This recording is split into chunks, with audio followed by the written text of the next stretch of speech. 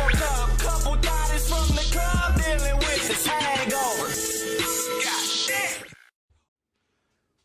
You know, we would really like it around the department if you would just loosen up a little bit, you know? Oh. Would you like me to tell a joke? Go ahead. Yeah, actually, we would love for you to tell a joke. Me tell? No. You'll get it in a second. Oh, okay. Yeah, we would actually love it if you tell a joke. Oh, okay. Knock, knock. Who's there? Go fuck yourself. Name that movie. Nope. Nothing? No. Catch Me If You Can, bro. Shit. Tom Hanks, Leo DiCaprio, bro. Yeah. Hit it for them both one time. I've seen that movie like a collective of 3 times. Isn't it great, though? Yeah. It's a pretty great movie. It's long as shit. I like It's a long fucking movie. I like the classroom scene. Oh. I love the classroom My scene. name's not Abagnale. Abagnale. Not Abagnale, but Abagnale. And you, what was your name again? Chris, come on up to the front and read the 5th page. Oh, man. We've all wanted to do that to the high school bully, man. Yep. You know the game. Anyway, welcome everybody to the Hangover Podcast. I'm your host, Trey, a.k.a. Walter White, a.k.a. before we go any further, everybody's going to take this shot. Salud.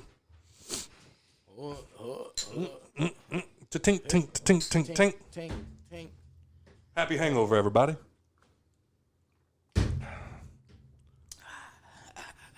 Okay. Camera's on you, Charlie. Come on, Charlie. Hit it, Charlie. That shit hot. Hit it, Charlie. Hit the goddamn shot, Charlie.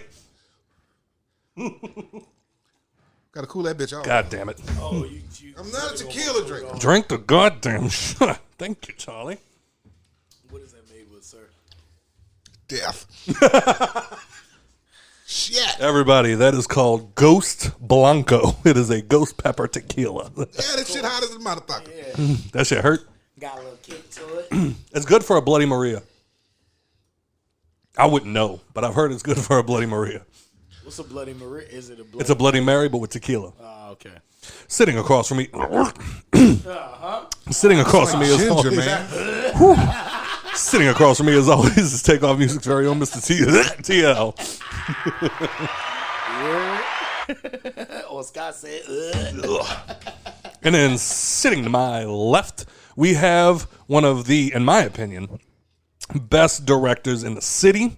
He has directed the movies such as Stay at Home, which was a viral phenomenon for a little while. He's been here twice before, but he also directed the likes of Mind Your Business, which finally came out, and a movie called The Stranger. Faggot. Oh, what? And that's the name of it. Put the camera back on me. That's the name of That's it. the name of the movie. All right, Yeah. don't censor us. the name of Okay. it. All right. How are you, sir? Good, man. Good to be back. Good to see you, Man, man. you got to play that old school. Welcome back. Yeah. Welcome back. Welcome All back. my life. No. No, Okay. Sorry. not at all. Damn nigga it. swear, everybody genuine. I'm pretty sure that's the new. What is it? Dirk and J. Cole song. Oh, yeah. All my life. I was waiting on everybody else to pour it. Drink already poured my We ice. waiting on you, man. My We been got started. I got my ice melting. You heard? When you gonna remix that one? Because everybody loves a conscious rap. I'm just kidding. I don't know if I like the beat. You know what I'm saying? It's cool for them, you know. Yeah. I just feel like a lot of times whenever people listen to shit, like rap especially, we're not trying to hear the... Not always. Sometimes it's cool. But like conscious rap is very like hit or miss. Like I don't want you to... I'm grown. Yeah. I want conscious rap. I don't want to hear no fucking all that dumb shit all the time. I feel like No. niggas that's still our age that's listening to that shit, like, you need to get yourself together, my guy. Like, See, what my mind always goes to is... and that, I mean, it's cool to have it in your playlist. Yeah. 'Cause everybody like to get a little hype every now. Yeah. But like for that to be your everyday, like, nigga, you can't tell me that you ain't got at least one J. Cole song. Okay, so wait. So maybe I'm Come on. maybe I'm misspeaking when I say conscious rap. I like my brain goes to one time when I was in high school. I saw this dude writing a song, and I walked over and I asked him like what he was writing. And it's a song called "Be a Man," and I was like, "Oh, okay." I'm like, "Let me hear some of it." And it was like, "Oh, you need to pay your bills. Be a man. You need to be a man. And I was like, The hottest part was the ba-dun. and it was That was the most prolific part. yeah, God. Goddamn song. I get it, ba-dun. Be a man. Put my finger on that shit all my fucking life. And it's like I think it's maybe like the shit that's like it's telling you a lesson, not trying to like teach you a lesson or like Right. or even like just being lyrical as fuck. Like it's just like this is what we need to do. Listen to me. And I was like, I don't want to. No, thank you.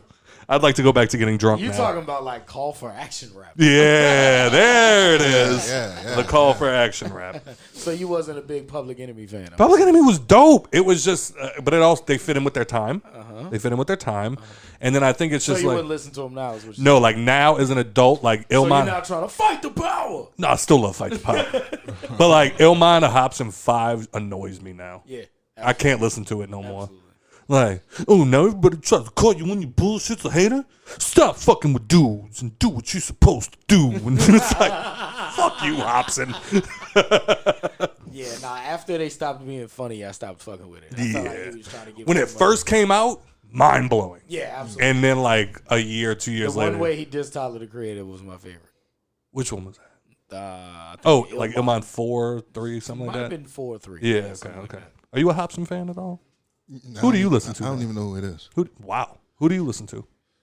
I listen to jazz. I know you're almost 60. So. That's what it is, bro. I listen to jazz all day. I keep it on WWOZ. Who's your favorite? Y'all about to say who's your favorite jazz artist? My favorite jazz artist would be Miles Davis. Okay. That's a popular down here. Yeah, Miles Davis. Yeah, I feel like people brought up on Miles Davis down here. You know what? I can.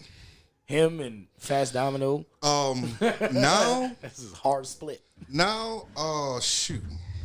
I forget the guy's name. God damn it. Glasper. Oh, okay. I love Glasper. Glasper's nice. Oh, man. Yeah. The dude that's. He's We got some of his vinyls in Guitar Center. Yeah. He's on a whole nother level. Oh, yeah. Absolutely. On a whole nother level. I can take his music and just run it from top to bottom. Straight through. Absolutely. Yeah, he got a couple of records that I wanted to sample. He's got some, that shit bone chilling sometimes. It's a new wave sound. Yeah, absolutely. I should definitely listen to more jazz because of my hometown, but I listen to it every time I get in the elevators around here. And Dr. Huxtable fucked it up for me. You know what I'm saying? You know what I mean? Yeah, I mean, he's just fucking. Y'all get it. Anyway, And Ghost Pepper shit still on my tongue. I feel it in the back of my throat. Got my stomach No warm. pussy now. Yeah. Wait at least 24 hours. All right, let's see if we have any. That dude called me 60. You is. Top fans. Here's all the people that like our shit. It's top fans. If you ain't on this list, you can suck our dicks. Respectfully. Alrighty, so for We're brothers. We're happy and we're singing and we're cudders. Give me a high five. All right, so for 2 years, we have Mr. Jess and Jeff and Mr. Larry Frederick. And then for 1 year, we have Mr. DJ Obi-Wan and Kenobi. Mr. Matthew Lazara. And then for 9 months, we have Mr. Matt Tranchina and Straight Man. Mr. Kenneth Harvey Jr. Ricky Bobby. Pew, pew, pew. And then for 4 months, we have Mr. Geeton Goldchuck. Big Geet. Keaton. Oh, Pete. Sorry. Keat. No, Keat. Keat with a K. Like Michael Oh, Keaton. like Kiki. Shut the fuck up. Oh, you riding? And then for 1 month, we have Miss Bianca Marie. Beyonce Marie. Go ahead, baby. There it is, baby. There it is. Alrighty. Bionicle. Jesus fucking Christ. Alrighty. Thank you to all the top fans, and let's see if we have any voicemails. La-da-ba-da-ba-da-da-doo-doo. You should have jumped in there. Should have jumped in there, Charlie. I should have. But I'm still started scatting. I'm still feeling that goddamn shot. Bow. Scooby-Doo-Doo-Boop-Bop. Woo. Busy Gillespie. What about him? That's one of my Gillespie? favorites. That's one of my favorites. Upright trumpet. I do love him. Yeah. All right, moving on. We was just talking about. Cheeks. Right? Shit. Bluetooth up. Here we go. Shut your mouth. What up? Scott, why is the jack behind the lacquer thinner? Why is ice such a precious commodity in your fucking house, bro? Fuck up. The fuck? Why did everybody... All right, so two things. Before we go any further. So the lacquer thinner is something that I use for some of my projects, and I didn't have anywhere to put it at the time, so I just set it up there on the bar where it shouldn't have gone. I understand. No, we moved it. Don't be worried. Apparently, Scott is a 50-year-old and a 32-year-old guy. I got so many hobbies. So many hobbies. He's still young if he's 50 because he called my ass 60. Goddamn. And also, we had a bag of ice that sat in the fridge specifically, or the freezer specifically for the show, and we ran out, and I've been too lazy to go back and get any more. So now we have to actually get it out of my ice dispenser, and last week we were just running the fuck. Anyway, fuck you. Everybody in the room understand what Josh meant when he said bad. But Bro. Took you like 49 fucking seconds. I But didn't. he even said the words. The album. Pause. Caught it. Caught it. Thank you for that. That was funny as fuck, by the way. Fuck up. Back at it again with another voicemail. Hey. La-da-da-da-da-da-da-da-da-da. Hey, you get it, bro. Shit, did you? Okay. First and foremost, how the fuck you have a top 5 MC list and you don't have either Rakim, Black Thought, or KRS-One on there? Come on, man. I mean, right. I understand KRS-One and Rakim was kind of my era, but Black Thought is still out here fucking selling out shows. They ain't let me in get my Vegas top 5. and I don't know, man. Essence, and it's ludicrous that you guys even think to say his name as an honorable mention. But you know what? I have to realize how old I am sometimes. No. Hold on. Pause. I like the way pause. Slickside mentioned Ludacris. Pause. Well, because Ludacris was mentioned. Yeah. But also, Black Thought is lyrically one of the greatest to ever do it. So give it up for Black Thought one time. Because And you got to give it to KRS-One because I'm sure he got it by the nose. KRS-One got the gospel, son. He got it by The nose. gospel. Definitely got it by nose. And Rakim will forever be like one of the first artists that I ever listened to. It's just, whenever I do my top 5, like I try not to be fake. And like just be like, okay, you gotta mention Tupac, you gotta mention Big, Right. You got like, I'm gonna be honest with you. Like, if you ask me my top 5 of all time, I'm gonna sit here for a second, and then eventually some of those names are gonna come out of my mouth. Like, I've mentioned Rakim before, and like Black Thought. Like whenever we did the draft that time for the thing, Black Thought was on my team because you're not gonna pass up Black Thought. Right. But as far as somebody that I listen to on a daily basis, first of all, I barely listen to music that much, if we're being honest, anymore. Now I just listen to podcasts and try to like better myself in my own craft. But yeah, like I mean, that is very disrespectful that nobody mentioned KRS-One, Black Thought, or Rakim. So I'll give that to you. Black Thought is over the band at Jimmy Kimmel, huh? Yep. That's Questlove. Yeah, that's the no. Quest is the one that's over. Black Thought is the leader of the Roots. Well, he is the leader of the Roots, but they mostly talk to Quest. That's the band that's for Jimmy Kimmel. I thought I know, but nobody ever talks to Black Thought. Everybody talks to Quest. No. Okay. That's why I would say he's the leader, because whenever Jimmy's talking, he talks to Quest. Quest is a spokesperson. There you go. He's a spokesman. Okay. Hell of a face. Hell of a face. Hell of a face. But anyway, moving on. I'll take that L.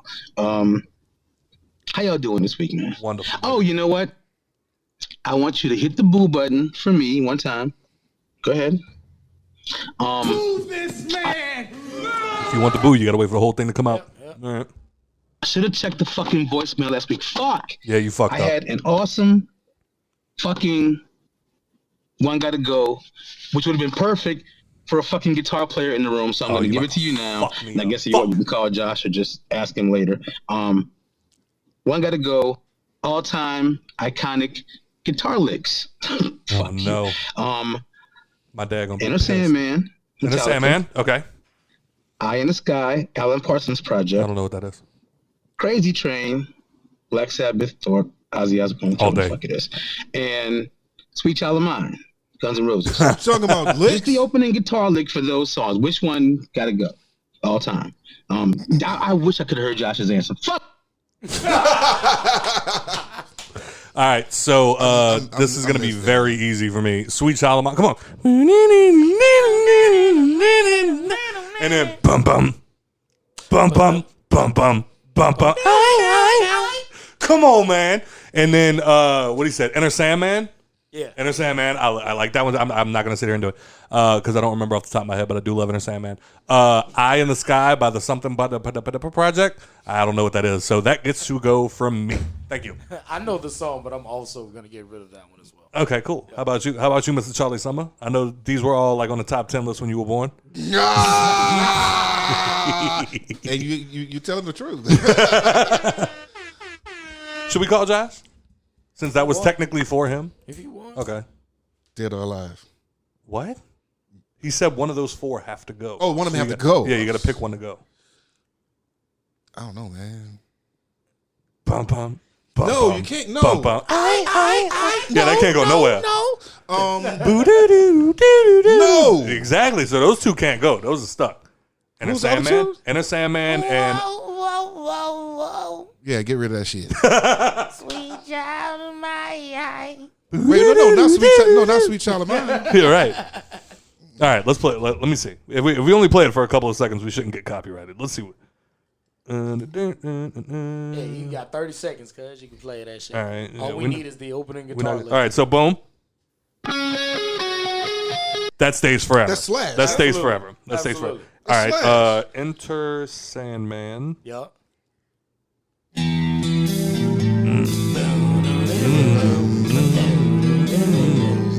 Yeah, no, fuck that. I don't even. All right, and Eye in the Sky. You're going to put a pin on that one. Eye in the Sky. Alan Parsons Project. Okay. Yep. Nope. Yeah, fuck it. Yeah, that can go. That can go. No way. Like, now, granted, I'm sure because It's groovy. the fact that you even threw that in there tells me that it's an iconic riff that I should probably know. But you're not going to sit here and tell me that that slaps more than any of the other three. Yep. You're not going to Wait, tell me that. which one was the riff? Bim, bim, bim, bim, bim, bim, bim. No. All right, hold on. No. All right, so now, just to be fair, because he did say it, I'm going to go ahead and try to call Josh real quick. Let's see if he even answers. He's not going to answer. Probably not, but let's just see. Let's just see. I thought he was talking about guitar solo. This nigga show one time, he can just call me. I think he could just call me whenever he wants. That can get the fuck. I don't care. Come on, Josh, answer the goddamn phone. Tell jokes while the phone rings. Tell some jokes. I don't know what jokes I'ma tell Scott, but I just want to know if he's going to answer the phone. He did not answer the phone.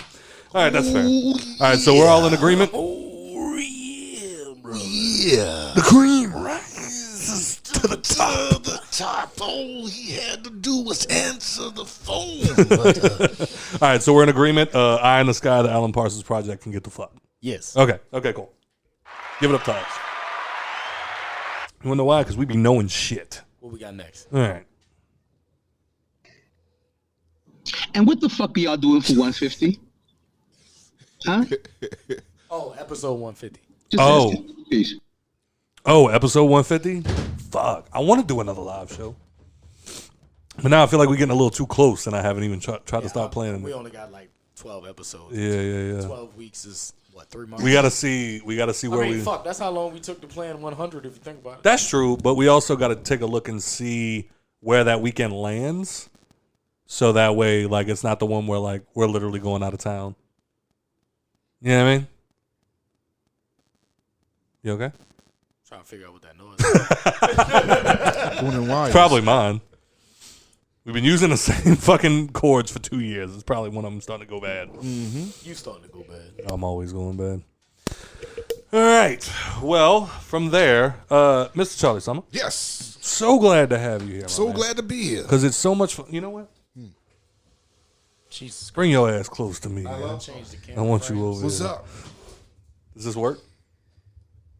Does this work, Turtle? I'm sorry, I just fucked Scott your always shit up. messing some shit up. It was Look fun at till look at Scott Turtle's put his face. hands on Look at it. Turtle's face. He's like, you done fucked everything up. I got to set this shit. Everything was fine until Scott put his hands on it. All right, so how you doing? Doing good, baby. So my question to you is, Oh, Tell shit. him stop touching you. that's first of all. That's first of all. First off, First of all, don't ever fucking touch me again. So I wanted to have a conversation because you're a movie guy. Okay. So I'm assuming by the fact that you direct movies, write movies, edit movies, and everything else, you're pretty well versed in movies. It's debatable. Okay. Did you ever get to see Wild Wild West with Will Smith? Yes, I did. Why'd you smile like that? My whole point is I rewatched that movie today, and I think it's fucking amazing. Can I just say that I think that movie got so much hate for no reason? I think that's one of those movies that somebody hated it, and they gave like a technical storyboard standpoint, and then everybody just ran with it. It was before its time. I could see that. I think it was before its time because you got to think about it. Like everything that they were doing in that movie is like norm now. Like steampunk. Yeah, That was a fucking steampunk movie. You didn't see a lot of steampunk back then. Yeah, so that's why I say it was before its time. And it was a fun Western. Yeah. Like Jim West was a fun, bro. Jim West. Bro. Desperado. No, you don't want nada. None of this. None of this. Brother, running this. Buffalo. Look, it's like I told you. Ain't no damsel in distress. Be out of that dress once you meet Jim West. The fact that we know a Will Smith verse. Hey, I know a lot of Will Smith verses. Don't play. So let me see you nod your head like this. Not that one. Sorry. Not that one. Anyway, my thing was I got to the part. Brother, y'all got Will Smith. Will Smith slaps, bro. Yeah. But bro, He they slapped. had like that movie was That brand new riddled. funk with him and DJ Jazzy Jeff. That's my shit. Bro, that switch. I like stuff. this. Now, we're not talking about the Fresh Prince. We're talking about Will Smith. No, Will Smith slaps. He slaps. Will Smith slaps. He son. slaps. Yeah, ex Chris Rock. He slaps. Damn. I'm sorry. Yo, that was low hanging fruit, and you just went for it. I did. But no, I got to the part where, and I couldn't help but laugh because like there's so much casual racism in that movie, and like they keep bringing up slavery and shit, and Will just does not address it. And then like you think at least one moment he'd be like, all right, you bring up slavery again, I'm gonna shoot you in the face. But like there's the part where like he drums on the girl's titties, and they bring him outside, hang him. They bring him outside, and now he's addressing his lynching crowd, which, if you think about it, very poor taste. It's like a mixture of Blazing Saddles. And then, like, right, Mississippi Saddles, Burning. bro. But then he's sitting there, and he was That just was like, a great movie, by the way. Hell Blazing yeah. fucking Saddles. but then he's sitting there, and he's discussing, like, tapping on the girl's tits, and, like, he, like, goes, now let's break down that word. Red neck. Red, color of fire, power, passion. Second word, neck. Neck. All right, well, I ain't got no word. I ain't got nothing for neck, but y'all still got red, and that's something y'all should be proud of.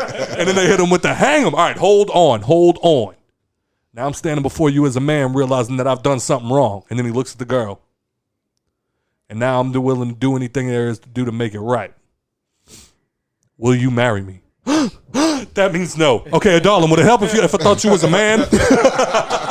Bro, I couldn't stop. I'm rocking Grayson to sleep, cracking the fuck up. And then I hit that. Oh, shit. There he is.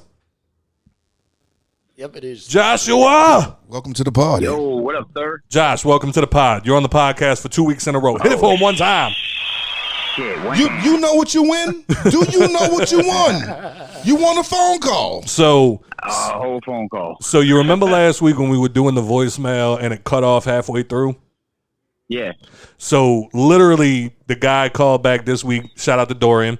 He said that it would have been better. He's pissed off because he didn't review his voicemail because it would have been great to do it with you on here because you're a guitar player. But he had a one's gotta go. And I was like, nah, we can't just let this ride. We got to call Josh and get his answer. Okay, if one's got to go guitar player? No, check it out. So we got four guitar riffs. And he was all right. wondering which one's got to go. Opening guitar riff. Opening guitar riffs. Okay, So you got Sweet Child of Mine by Guns N' Roses. right, Crazy Train by Ozzy. right. Eye in the Sky by the Alan Parsons Project. And Enter Sandman by Metallica. One's got to go.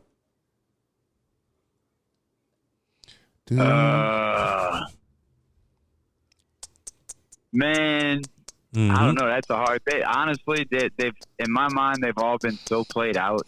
Really? Yeah, it's all of them. I mean, they're iconic, so that's kind of by nature. Oh, you're going to hate us when you give us your answer. I don't know. It's ticking. One's got to go. Yeah. Like, one's got to go and you can never hear it again, but you can keep the other three. Probably eye in the sky. Hey! Just making sure we weren't tripping. Okay, cool. That's what I said. I'm like, out of all three of those riffs, man, I barely know Eye in the Sky. Yeah, man, that sounds like some Miami Vice shit. Yeah. Yeah. But I mean, like I said, for me, most of those, they all played out really. But They're all very played out, but I still get a raging boner when I hear Crazy Train. Oh, yeah. Bum, bum, bum, bum, bum, bum. Hi. Full on boner, huh? Well, thank you for calling us back, Jay. We just wanted to get your answer on that because we thought that you would have much more perspective. But, yeah, I'm glad to know that we weren't alone. Right on, man. Appreciate it. Love you, my brother. Later. Later. Love you. You hit somebody with love you right before they answer the phone. Oh, yeah, love you too. Later, bye. That's crazy, man. I didn't do that for a long time until I got to California. The dude kept saying, we get off the phone, he was like, love you, bro. I'm like, that's what's up. Well, see, after like 5 or 6 times, it's like, yeah, you too, dog. Well, that's why I just broke down. I'm like, man, I love you too, my dog. That's why is it wrong for men to tell other men we love them? Right? No, like it's supposed to be hard all the time. Not in that way either. Not erect. Pause. No, but like for me, that started whenever one of my partners passed away, like that, because it was like I never like really said to him that. I never really said it to him like that. So that's when it became like, nah, like fuck it, hey, bro, look, when you leave, you're getting a hug, and hey, I love you, brother. Say, bro, I didn't tell it to my dad until I was 17. Me I love you. Me. The only time I felt comfortable telling my dad I love you is when I think it was Budweiser came on. I love you, man. And that's what I used to do. That's how I used to tell my dad I love you for a long time. I love you, man. It was a joke. But that was your only way of being able to say it. Until I got older, I'm like, man, fuck that. I love you, pops. Yeah. And like one of my friends that passed away, he had that relationship with his dad where every time like he'd call him, like we were all trying to avoid our parents when we were teenagers. He would call them and just be like, "Yeah, Dad, just wanted to let you know, hey man, I love you, man. All right, bye, pops." And it was like, it's so weird. Yeah, right. Like in both sides of it. Like when I was a kid, I was like, "Oh, it's weird, bro. Telling you fucking dad." And now, like me and my mom don't say it to each other like talking about because it's implied. Right. I guess is the best way to look at it. Like we're not just like, all right, love you. Right. That's how we look at it. It's like, motherfucker, all right, bye. Like, right. That's how I feel about it. But that's not what we're here to talk about. I just found out last year my dad didn't like me calling him pops. Why not? Makes him feel old. He's like, and the way I found out, because he told it to my ex. Oh, wow. The first time he talked to her. Wow. He's like, yeah, put on the phone with my dad. He was like, yeah, and he called me pops, and I don't like that. And I'm like, pops, nigga, I'm 43. I'm 43. Good Lord. Serious? Well, see, I've been saying this since I was 14. Like, you think I'm gonna stop now? I'm not gonna say I love you, nigga. Right. Like, no. Nah, yeah, it's the same. Like I just be saying it now. Like whenever I'm just walking by, hey, pop. Hey, whenever you get a chance, like, right, and it don't even. Right. I think it's a getting older thing, maybe. Right. Yeah. But you don't want to be like, hey, dad. Hey, papa. Daddy. I don't know. I still like whenever my pops call me, I'll be like, oh, what's up, daddy? It's just a roll off the tongue. Black. Yeah. Well, like when I was growing up, my favorite was that I refused to call my grandmother mama. Right. So every time I saw her, it was always grandma. And then once I reached a certain age, it was, hey, mama. Like, fuck over it. Right. Like, I'm not calling my mama mommy, but still. Yeah, my mama is mom. Hey, ma. Yeah, Like, when I'm talking to people, I call her my mama. Yeah, same. Yeah. Mom always been mom. Yeah. Pops, while he was dad. Yeah. He was dad. The only reason I used to call him dad. Yeah. But until I was hearing other people calling their dads dad, I was like, am I saying it wrong? Dad. Dad. All right, well, he looked at me like, son, what the fuck is wrong with you? My grandma used to make my dad and all his siblings call her mother in public because she didn't want them to think like they was ghetto. Oh, yeah. That's why I call my dad don't be calling dad. me no fucking ma in public. Fucking ma. I feel like that sounds weird. It's either mom or mother. Okay, mom I get, but like mother would just sound weird. It was it was the times, bro. Yeah. And it didn't sound weird. Okay. All right. Oh, so that was way back when. Yeah. Oh, okay. Absolutely. Now as they grown, they didn't. You know what I'm saying? Right. They all had kids as teenagers. Oh, sorry. I didn't hear who you said it was at first. My bad. What would you want Gray to call you? Gray? Yeah. Once he's able to talk, what would you want him to call you? I mean, he could, like right want to call now. you Scott? I don't know. I don't. Scotty? No, it's so far. Like I mean, in a sense, like it's almost. You said you blink, he gonna be talking, bro. No, I know, but it's just like He already talking. It feels so far away. It's like right now, like he'll kind of hit me with the dad. You know? You gonna lose your shit when you say that. It's like I'm already. As long as he don't call me Scott, like, and then some other dude, Daddy. You know what I'm saying? Like, that's all I give a fuck about. Hey, you a white parent? He gonna call you by your first name? Scott? Nah, he gonna get punched in his mouth. Punched in his mouth. Scott and Nicole, I'm tired of fucking waiting on you guys. You gonna lose your shit. You gonna lose your shit. Hey, I'll say. Scott, I want the toy.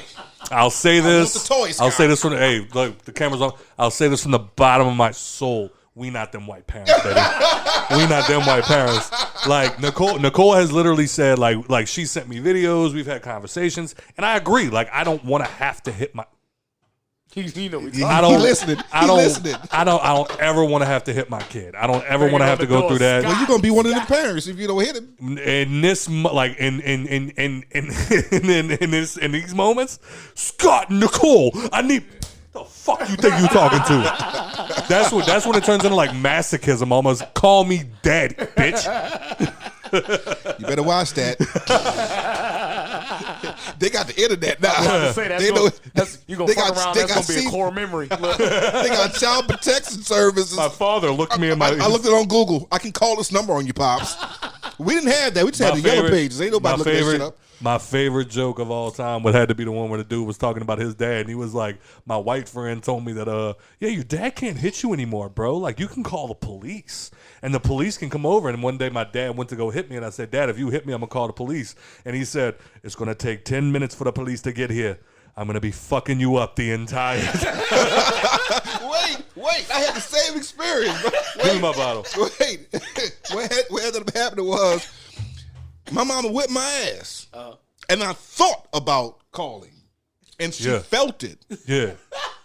I thought about it. Yeah. And she was like, bitch, hit the phone. I didn't say nothing. I was like, she's like, bitch, hit the phone. What you gonna do? Shake it. What you gonna shake, nigga? What's that? Like, nothing. My mom used to do the same shit to me. She used to be like, hey, here go the phone. You want to call him? Tell him, look, and while you call him, tell him bring a fucking ambulance because you're going to need it too. Wait, she would mentally abuse me. She would Canada. say... Huh? Another Canada dry. She would mentally abuse me and be like... I'm glad that we recognize our trauma. Yes. She would mentally abuse me and say, because if you call him, you're going to be in a foster home. And when you be in a foster home, you're going to eat bread and butter every day. You see how you eating red beans and rice? You're going to eat bread and goddamn butter. Call him. You're going to get this ass whipping and a fucked up meal. See, my mom was in the living room with her boyfriend one day. She did something to piss me off. I don't remember what it was, but I just remember walking in my bedroom. And she told me something, and as I went to go walk into the bedroom, I went, you know what? I hate this place. And I remember, like, as I'm turning away, her boyfriend went to go stand up, and my mom put her hand on his chest and was like, I got it. Ooh, shit. She stood up, and I remember she followed me. I went into my bedroom, slammed the fucking door. I had my white kid moment. And then the quick. She came right in that motherfucker and said, you want to go? You got something to say to me? And she got like real, like nose to nose. At this point, I gotten tall. I was a teenager, so I was You're like, feeling yourself. I was like, yeah, like you don't fucking scam me, bitch. I hope you ain't say that. I didn't. That's how you felt. That's how I felt. So she said, you got something you want to say to me? So I turned and I stood up tall and I looked down at her. She grabbed me by my fucking throat and threw me in the goddamn Oh, yeah. Bruh. As soon as you look down at him, that's a wrap. She grabbed me by my throat, reared back, and threw me into the closet. I landed up against my back and slid down and just started crying. She was like, get up, get up, get up. I was like, yo, who the fuck is this? Your mom's is the shit. Whoa, she don't fucking play. Say, bro, I did the same thing to my mom. So I'm getting taller. She looked at me. What you gonna do? I'm like, obviously I had a breathing problem. I had asthma. Something going on. Oh, you swelling up? Next thing I know, in my chest, I felt doop, doop, doop, doop, doop, doop, doop, doop. She was like, bop, bop, bop, Hit your ass bop. like you was a fucking body bag. Playing tic-tac-toe, bitch. I said, but I felt like, what's that Marvel character? When you have he hits you and your body, your soul comes out of the back. I was like, Doctor Strange. I saw two visions. I'm like, I saw me falling back in front of me. And I'm like, the fuck? Oh, yeah. And then my mom talk all that shit to this day where she's just like, I didn't hit him that much. You didn't have to, motherfucker. Right, only took a few it times. only took a couple. Like, every stage of my life, you just did. Like, you were like, oh, here goes that time. I just got to remind him. See, I had a smart ass mouth, so I was getting hit every day. Oh, I was getting the quick ones, a little bap, shut up. Oh, shit. Lips is tough. You can't bust my shit. I don't even remember what I did. I just remember we were at Academy to go get something like some school clothes or something, and I just kept. You know what I'm saying? I just kept. Yeah. And the next thing, I still can feel my mom's nails digging into the back of my fucking neck because she was like, "You're not going to embarrass me in public. You're not going to embarrass me in public." And next thing you know, she's walking me towards the changing room to go try on these clothes, and I'm like, I don't feel like that's going to be a safe spot. It's not a safe It's not going to be a safe space for me to go in. Baba, you about to cross my boundaries. Mm-hmm. Wait, so your mom was a disciplinarian? She didn't fuck around.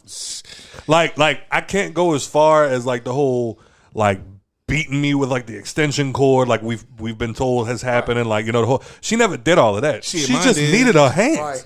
She just needed her hands. Margo ain't started using her hands till I was a teenager, and then she was balling them up. Yeah, right. You know who was the most fearful person I was afraid of? Your grandmother? My dad. Oh. And he only hit me one time. Mm-hmm.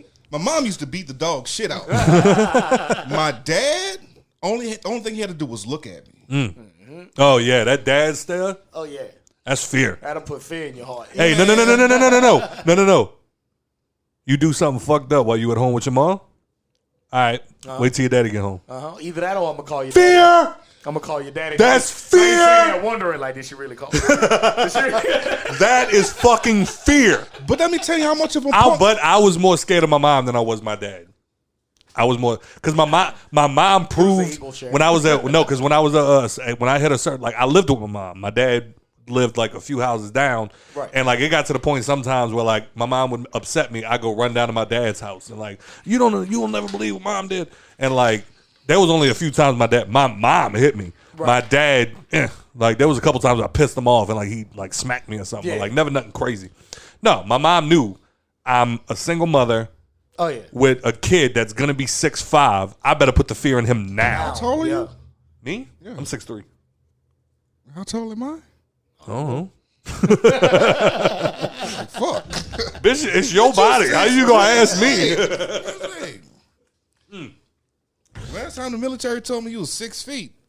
And I was like, well, they were like, technically, you're 5'11", but we gonna round up. I'm like, bitch, I hope I've grown since then. Fuck. Like my favorite will always be. I remember we were evacuated for Katrina, and my little brother at the time, I was 14, so that made him like 8. Motherfucker, you was 14 for Katrina? Bitch, how old was you? Shit, bitch, I was patrolling the streets. The fuck is you saying? I had a W-2, bitch. I was having a bitch. I had a Nextel chirp at that time. Like, God damn. Hey, Katrina was the reason my mom let me have a phone. I never got to have a cell phone before. Facts. Same. My mom because all the lines were cut. Picked our shit up on the way out, leaving out for the. Because all the phone lines were cut when we got back, so we couldn't. Yeah. They were like they couldn't get in touch with us. I got my sergeant stripe in Katrina. Oh God, I was a sergeant. Like what the fuck? But I remember while I was out there, like I did something to piss my grandmother off with my little brother, and I remember grabbing my little like she was yelling at me. I was like, man, whatever. I went to go walk. Smart ass kid. I went to go walk away. I grabbed my little brother by his arm, and I was like, come on, bro, let's just go outside. And she was like, she said something. I was like, damn. And she went, what? What did you say to me? And then she goes, and me being at your hand like, do I cry? Yeah, right. Like, exactly. I'm sitting there like, do I give her the satisfaction or do I keep being a dickhead? And it was like, oh no, mama, you got me. Now you gotta walk away. I always thought my dad was a killer. It was just too Don't cool. push him. Like Don't he was push like the people as cool as fuck. Like they do don't not want. push him. And my dad would always talk to me and be like, "Son, Yeah, my bad, bro. It's 8:15. I'm disappointed." Oh no. And him doing that, it was like I'd be like, Oh, so that really fucked you up? That fucked me up because it's like if she would beat me, you gonna kill me. Like, nah, nigga. No. She be like, I'm gonna tell your daddy. I'll break it out and start fucking crying. Just whip my ass. I whip my ass. This nigga gonna kill me. I heard. I'm very disappointed. I feel like Get an obituary together. I feel like I remember it happened, but I can't remember of any specific examples. But like, y'all remember whenever it was like you did something bad at school, and they were like, "We're gonna send a note home," and you were like, "Don't do this, Right? please don't do this." like I remember. The one that I can remember is I was on the playground with some kids. Kid looked at me and said, "Bro, why don't you shut the fuck up?" And I looked back at him and I was like, "I don't have to shut the fuck up."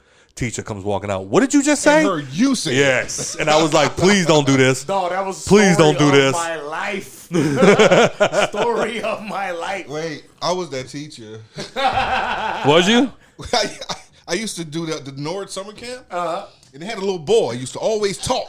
You hated him. A lot. You hated him. And I used to say, hey, look. You ruined his fucking life, didn't you? I thought I got him killed. So let me finish the story. Go ahead, I tell the story all the time. Every time I say, hey, bro, you're talking too much. He'd be like, yeah, he keep talking. I'm saying, bro, one of the teachers say, tell his daddy. So I'm like, I'm going to tell your daddy. Ooh. He would be like, please, Mr. Kennedy. Mr. Kennedy, please. I'm like, all right, little nigga, all right, cool. Just stop talking. So he'll start talking again, shoot. I'm going to tell your daddy. Please, Mr. Kennedy, please.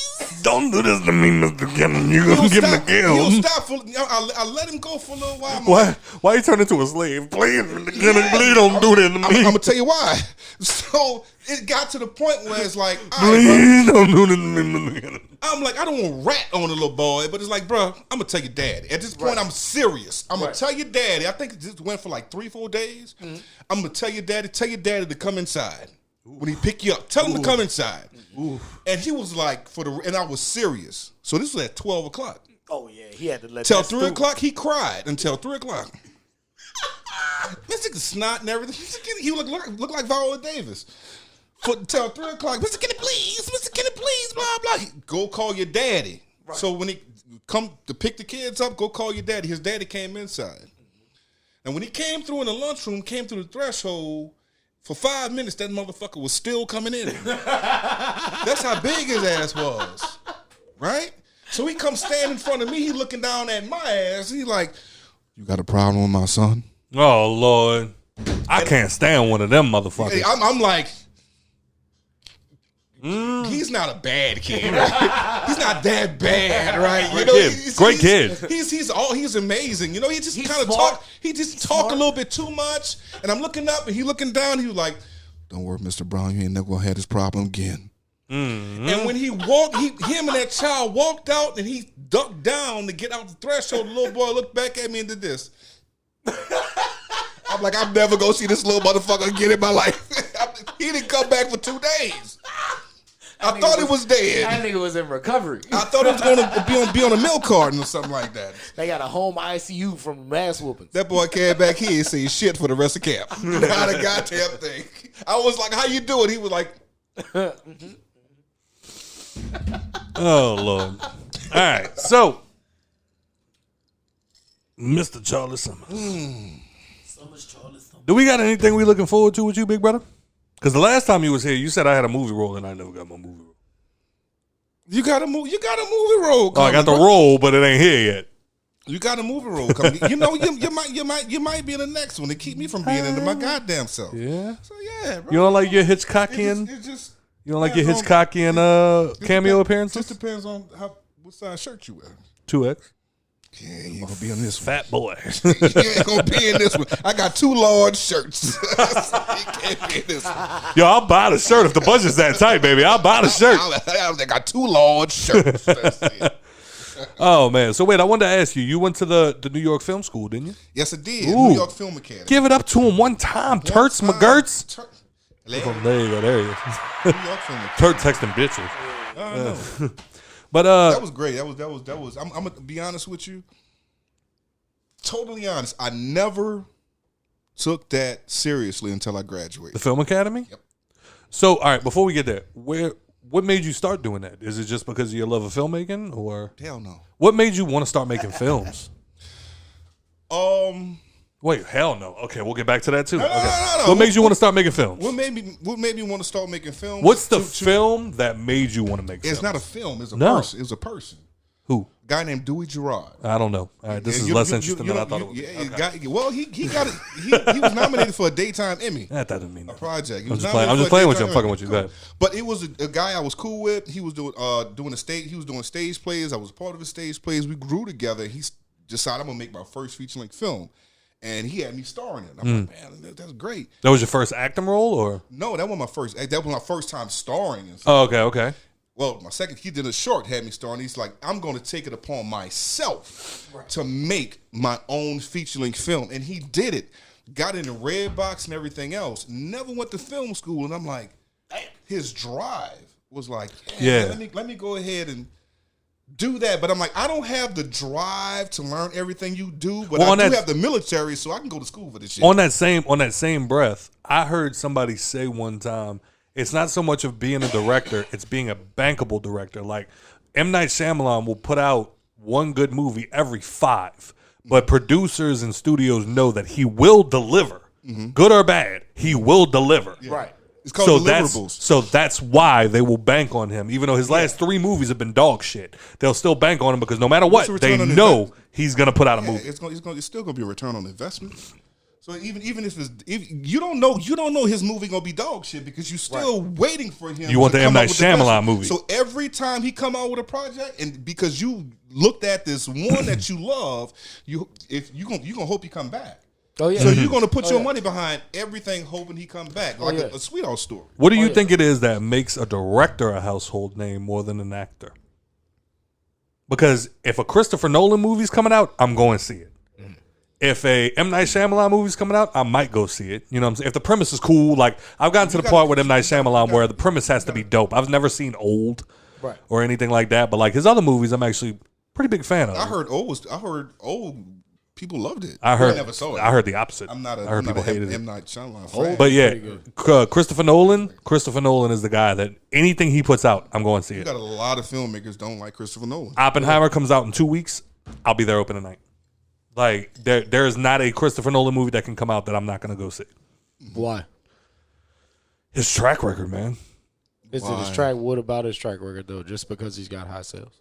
No, fuck the sales. The movies. Oh, okay. Memento. Did you see that? No. Fantastic. The Dark Knight trilogy. Absolutely. You already caught me. You know what I'm saying? Right there. I'm a fan. And then The Prestige with Hugh Jackman and I forgot who the other dude. His vision. Yeah, he was a big actor, but I just can't remember off the top of my head right this second. But The Prestige, and then you got Inception, and then from there, a lot of people didn't like Tenet. I loved Tenet. And then from there, what was the name of it? Dunkirk. Tenet is the one with Denzel Washington's son. Denzel Washington's son. Yeah. Did you see the new one Denzel coming out Washington. with his son? Oppenheimer. That's the new one that's coming out. I'm talking about the one, the creator. Oh no! I yeah, didn't see the trailer for that yet. Denzel's actually starring in it with his sons. No. It's one. I think it's called a creator or something like that.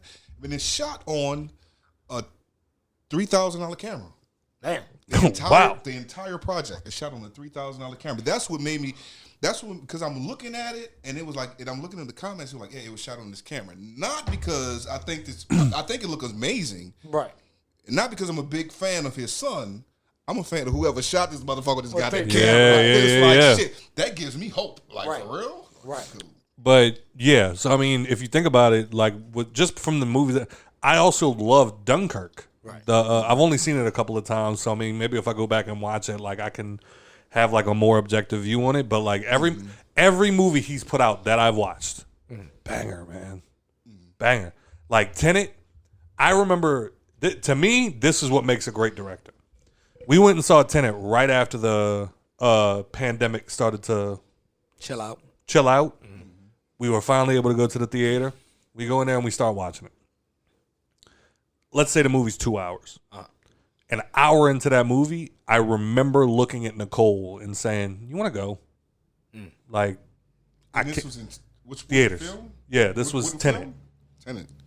I'm an hour in, the literal halfway mark, and I'm like, I can't do this.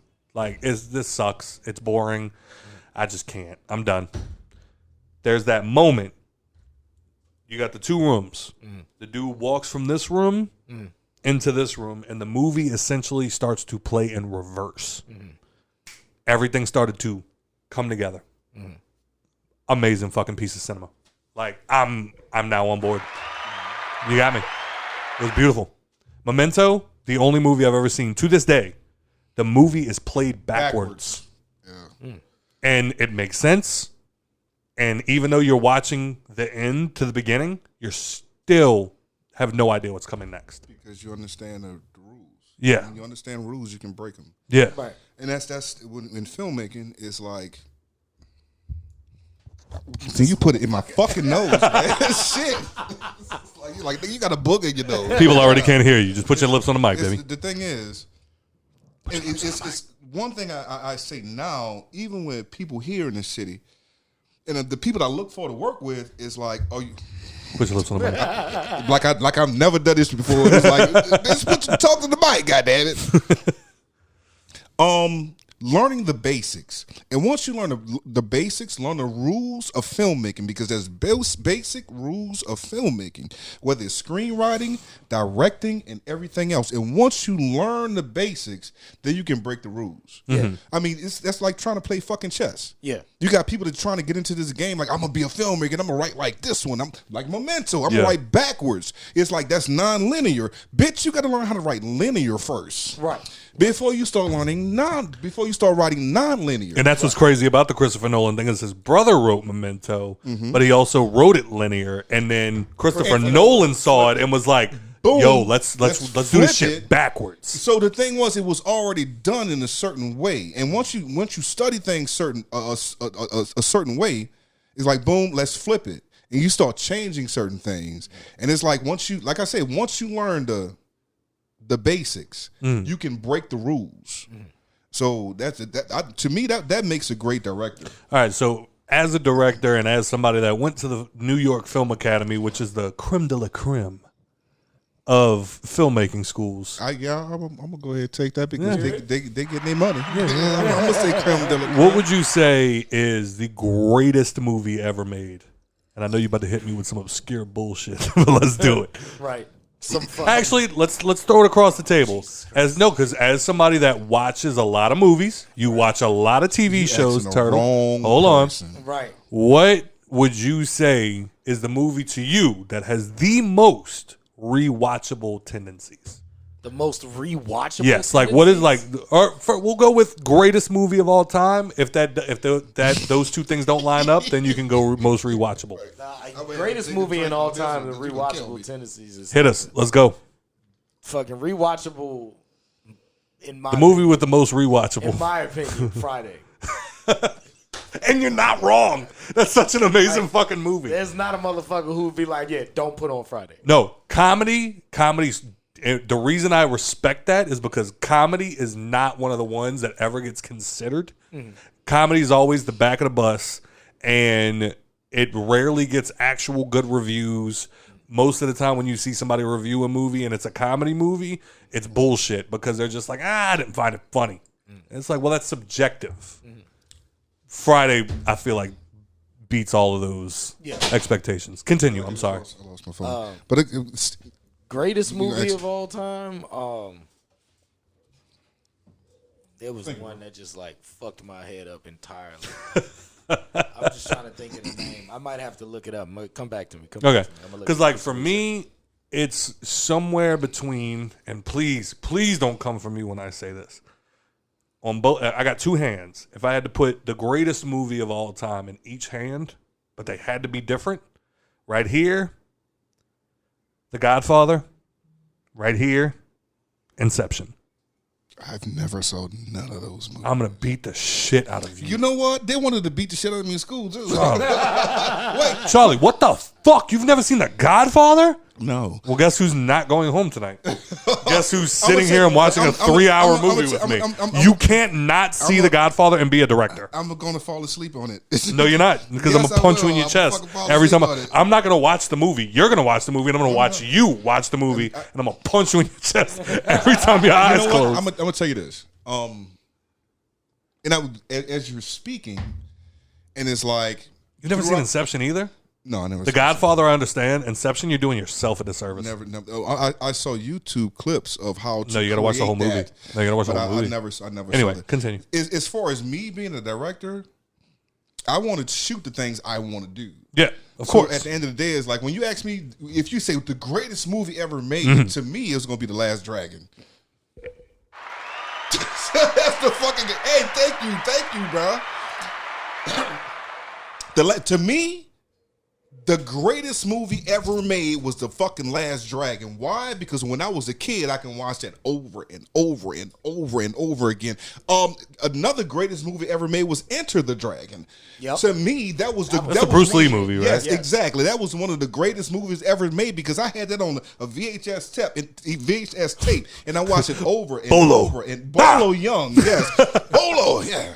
Wait, don't concentrate on the finger because you miss all the heaven with glory. I mean, yo, there was that scene where he kicked old boy in the chest, and then we found out later that he actually kicked him in the fucking chest. Yes, like, and when the dude got up and bust them beer bottles, it was real. Like he was really about to try to kill Bruce Lee. To me, Enter the Dragon is an amazing fucking movie. That's the movies I love. Yeah. So at the end of the day, like that caused me to go into martial arts. So like my dad, martial arts for 12 years. My dad, on the U.S. martial arts team. My dad used to hit me with the whole. I'll never forget being a child and my dad telling me like, "I'm gonna let you watch this movie, but don't do that bullshit when the movie's over and you try to act like it." And then we watched Enter the Dragon, and then after it was over, I walked outside like, and he was like, "Cut it the fuck out!" Like, stop it. No, but real speaking, we've been running it for years. I'm telling you. Yeah, you my brother. If he becomes a filmmaker, he would be Don't do this. Oh shit. Guardians of the Galaxy. No, not Guardians of the Galaxy. What's the guy that did Django? The director? Quentin Tarantino. He'll be a Quentin Tarantino because you know every movie because you're a movie buff. Right. And I feel crazy around him and everybody else that's movie buffs. You can get me around other directors at film festivals. They'd be like, "What's your greatest movie?" I'd be like, "Tyler Perry." Boo, I'm gonna do a Halloween movie. It was like, yeah, well, what about this one? I'm like, yeah, he's a billionaire. Right. Jesus Christ. That's why he left. I said that. He's like, I gotta pee. The bathroom is this way, my dude. Where you going? I thought I unplugged this shit. Oh my God, I'm so sorry. I was gonna kill him. Y'all. So yeah, that's why I think he would be great because when it come down to, as far as when you say directing, for me, I'd still consider myself an actor, right? And there's certain things certain titles I don't accept, right. When people is like, okay, so what do? You can put me in front. I've been there multiple times. And they be like, so what do you do? And you have some people that just wake up one morning and be like, I'm a director, I'm an actor, I'm a producer, I'm this, that, and the third. I can shoot. And I'm like, I have to produce on those levels. Right. And if I cannot produce on those levels, I'll call myself a filmmaker. Right. I can do this. I can do just enough to make a good, something that hopefully you can watch. Right. So that's why it's like, Right. And you... said your favorite film was what? Well, the greatest film was what? The most rewatchable, in my opinion, is Friday. Well, if you say the greatest film, in my personal opinion, it'd have to be Pearl Harbor because it fucked me up as a kid because it was a great movie. Notice what you said as a kid. I found out that it was a real life event. Like once I was a teenager, so I was like, wait. So the movie I watched as a fucking kid, every time it comes through. You know what I'm saying? All of this shit happened that really happened in America and all of this. So it like fucked my head up as a teenager. The thing which one? is, Pearl Harbor. When I was at the New York Film Academy, everything like really got put in perspective, and it was like, all right, we have all of these classes about all of these different films. every room or classroom was behind this different director, Ivan Reitman, and this one, the third, and blah, blah, blah. We got into the class for entertainment. Mm-hmm. And it's like, okay, so define the entertainment business. Mm-hmm. It's like, all right, everybody was like, yes. Entertainment business pretty much means, and I'm listening to all of my classmates. Now, keep in mind, I'm like 30 at the time. Mm-hmm. And all my that was classmates. like 30 years ago, huh? Shut your ass up. Sorry. You dirty rat. Don't you do it. Like, see, look, you just quoted a movie from like the 50s. Stop. You're making it worse. Because that's what I heard. You dirty rat. You killed my brother. You killed my brother. But everybody's talking about as far as like what their definition is. Now, you got to keep in mind, these are our future filmmakers. And it's like, okay, the definition of entertainment business is I have to make this great film based upon this person, and this is my dream, and blah, blah. And the teacher was like a younger white guy, and he was like, business is the major portion of that phrase. Yeah. Entertainment business. When you sit up there and you writing and you making a project, you making it for the business. So whatever you feel in your heart about films, it really don't goddamn matter. Right. And when he said that, and I was like, fuck you, I was the oldest person in the class. I was the oldest person in the class, and I'm like, that make fucking sense. Right. So, Right. Facts. I'm sorry, go ahead. No, it's fine. It was just like, so I want to say like, does it matter anymore about making good movies? Because like you get the obvious. Good is subjective. Yeah, that's what I was about to say. Like you get the like obvious cash grabs. Like it's obviously like a very big like we're just making this because we know we're putting Brad Pitt, Jamie Lee Curtis in it, and like everybody just because we know that people are going to come watch those movies, but we're not really putting a lot of money into the. Don't you think that that's like kind of like killing the industry?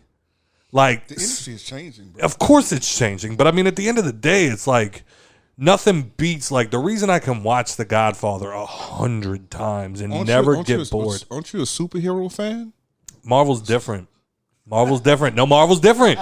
Marvel's different. We're not watching. Martin Scorsese. We're was not. Like, they're killing it. No, they're killing filmmaking. Okay, so the reason that I won't sit here and argue with Martin Scorsese is because Martin fucking Martin Scorsese. Because he's Martin fucking Scorsese. Every movie he puts out, like that's another one. Like if Martin's putting out a movie, I'm going to fucking see it because he's amazing. But also, why is Guardians of the Galaxy 3 was amazing. Right.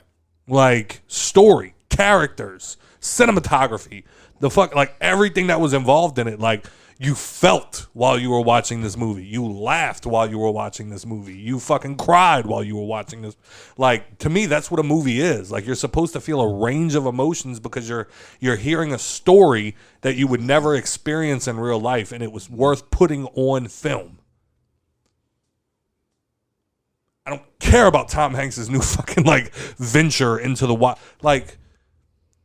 I don't know how you've never seen The Godfather. I'm just gonna keep going back to that. Like it's just I've never seen The Godfather. We're gonna watch it tonight, man. No, you thought you were going to your friend's house. Guess what, bitch? But that's hey, bro. Sorry, I can't come. I'm watching The Godfather 2 now. It's 2 a.m. That's what always messed me up in the in filmmaking circles. Because like it's like a cult. It's like you can't say certain things. Like right. You cannot say this. No, that's not true.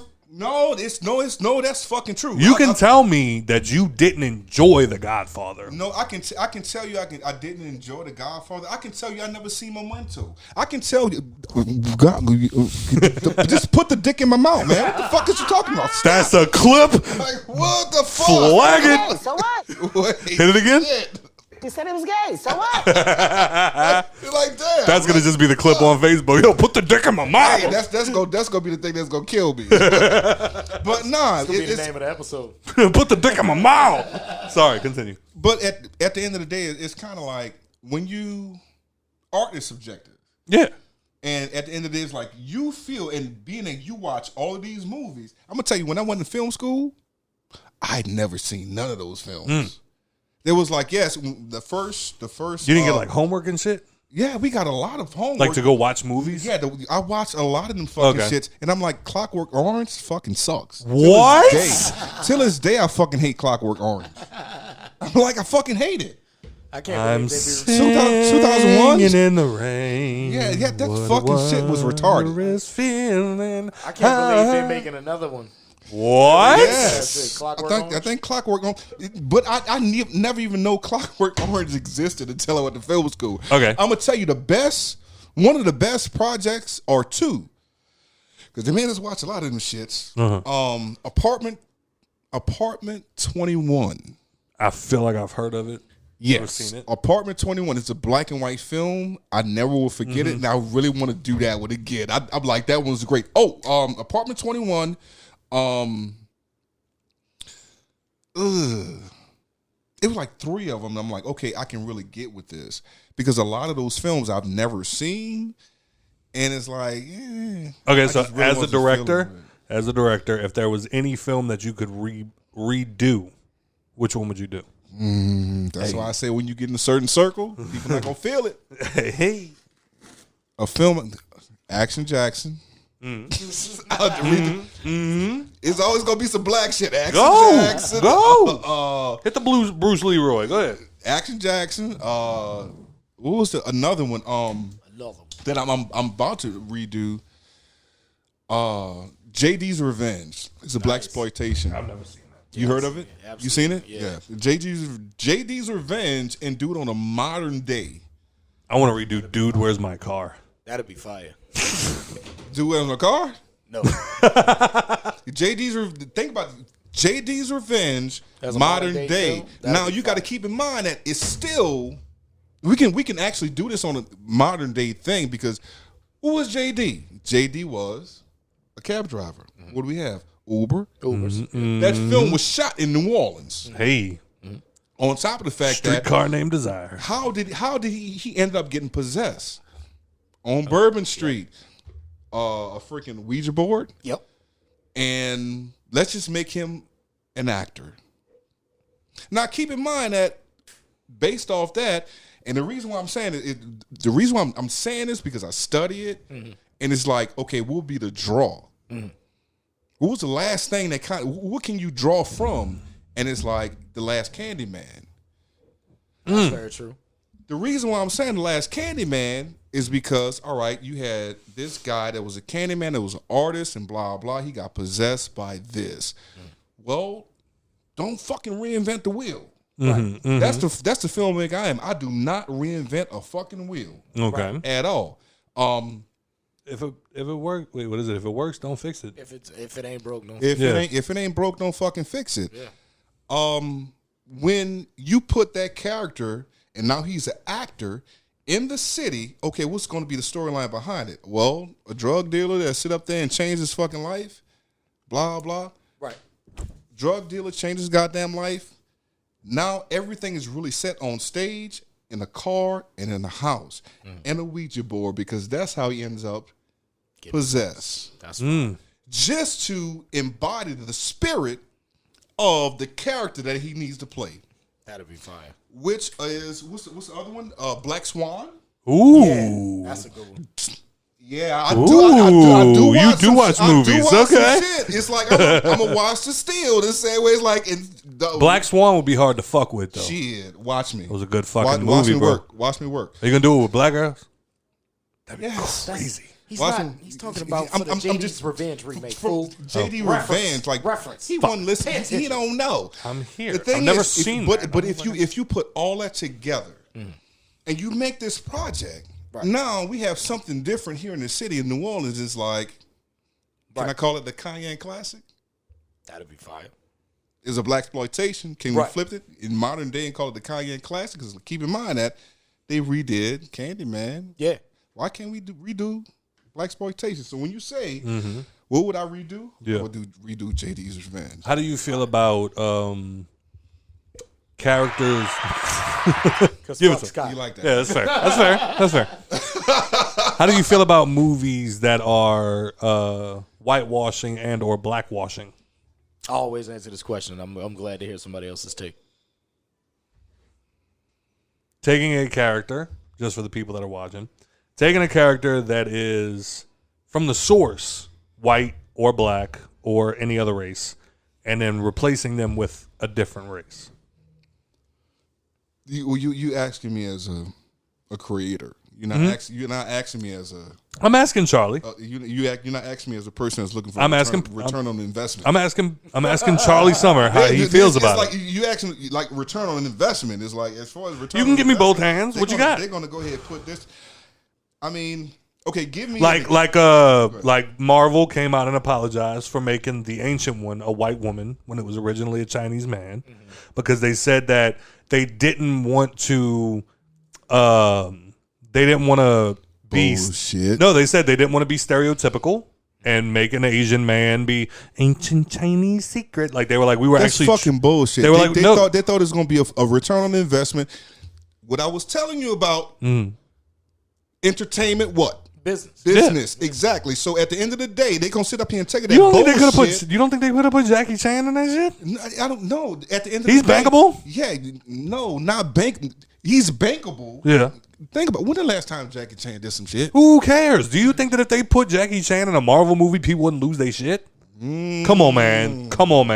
Nah. I mean, they brought Robert Downey Jr. back. Of course you can. Don't kill it, but you know. Shut up. I'm gonna sweet it. Like I say, return on investment. So at the end of the day, they still felt like a white woman would get more of a draw than an Asian person. I think that. Normally, that's what you're thinking. You're right. No, they're going to go ahead and hey, look, let's. It's my whiteness. I'm not going to say it's your whiteness because that's not really what it is. It's not your whiteness, but it's like, okay, as far as getting this money, because that's the only thing they fucking care about. They don't care about your feelings. They're right. They don't care about you thinking this person should have played this part. They care about their return on investment. So of course, at the end of the day, we're gonna put this one person. That's one of the most obvious things when it comes to movie making. Is they're like, we got to make our money back, bro. Make our money back. That's why The Flash is out in theaters right now. Even after your boy did all of that bullshit, it's out in theaters right now because they're like, we're making our money back off of this movie. It's already fucking made. But is Kang made? No. Yeah, but he just got found innocent. He got. Let's see if that motherfucker get made. Let's go. They go see if it get. We go see if it get made, and we go see what's gonna happen. Facts. Like what was the situation? It was already made. You got. What was the situation that happened not too long ago? Fuck, I wish I could remember what the name of it was. But they had something that happened not too long ago, and they were just like, we're standing behind him. It wasn't the Jonathan Majors situation, but they were like, we're gonna stand behind him. And I remember thinking like, they didn't put too much money behind this motherfucker. Like they're not about to just let him drop and see what happens. Like or recast. Like even with the Ezra Miller situation with the Flash, they talked about they threw around cutting him completely out of the movie and just getting somebody. But they were like, he's in so many scenes. You can't. Like, and that's when you, as an actor. When you realize that you monopolize the scenes in the project, you can act a fucking ass. I win. I win, bitch. What y'all gonna do? Can't. Y'all gonna throw away this $200 million? Nope. Can't. That's why he waited till the movie was done and he was like, all right, I'll go crazy. God damn it. That was all the cocaine he was doing trying to imitate the Flash. Trying to start a cult. Fucking. That's all them big budget people. I don't know about them. So what the fuck they doing? Do you think? I don't even give a fuck about them. Do you think the industry is moving in a direction of like how rap? Like you see Turtle over there. Turtle is probably one of the best lyricists in the city, but he doesn't have a major label behind him. But he's still doing relatively well, stream wise. Yep. Do you think that the movie industry is also moving into it? Yes. Okay. Before you finish, yes. Yes. We don't need the major labels behind us. I'm going to tell you why. I did a paper on this when I was in film school. Explain to the people that they can make their own fucking movies. The rise of the web series was a paper I did. Turtle ain't here right now. No, I'm here. The rise of the web series. The rise of the web series was about the internet. And I'm going to tell you, one of my last projects? Not projects, but I did a final exam with one of my cinematography teachers, and I didn't really care about cinematography. I didn't care about the camera, nothing like that. And I actually went home because my crazy situation, my dog got out. Wait, it's fucking crazy.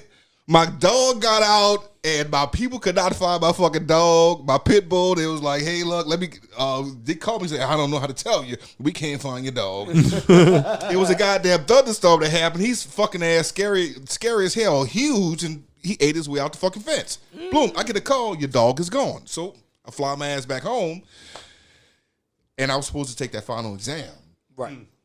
I found my fucking dog, though. Facts. I get my ass back up there. He was like, "You gonna take the final exam in the hallway with this other class?" Yeah, so I'm looking in the door, his class. And I'm in the hallway, in the chair, in the desk. I'm taking my final exam. Right. So I turned. Everybody left. I was trying to get some answers from them motherfuckers before they left. It wasn't working. And I was the last one. I gave him my paper. And I said, look, man, his name was Ed.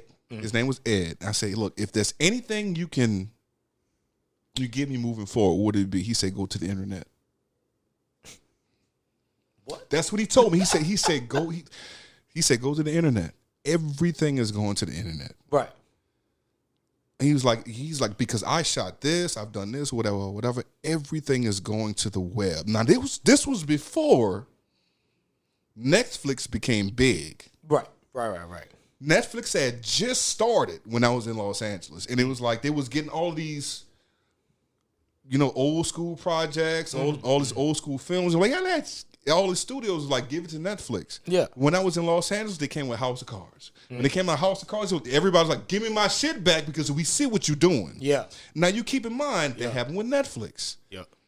Netflix come up with the originals. Now they're a huge thing. Yeah, absolutely. Now you got everybody else coming up with the originals. Hulu, YouTube, even Facebook. Yep. Everybody's coming up with this. So if you are an independent filmmaker, independent artist, independent anything, this is our time. Right. Because we don't Somebody gonna pick up your shit. Somebody gonna pick up your shit because at the end of the day, it's like, long as you're good, you're bankable, you don't have to go to the gatekeepers. Right. Because the gatekeepers are looking for you now. Yeah, facts.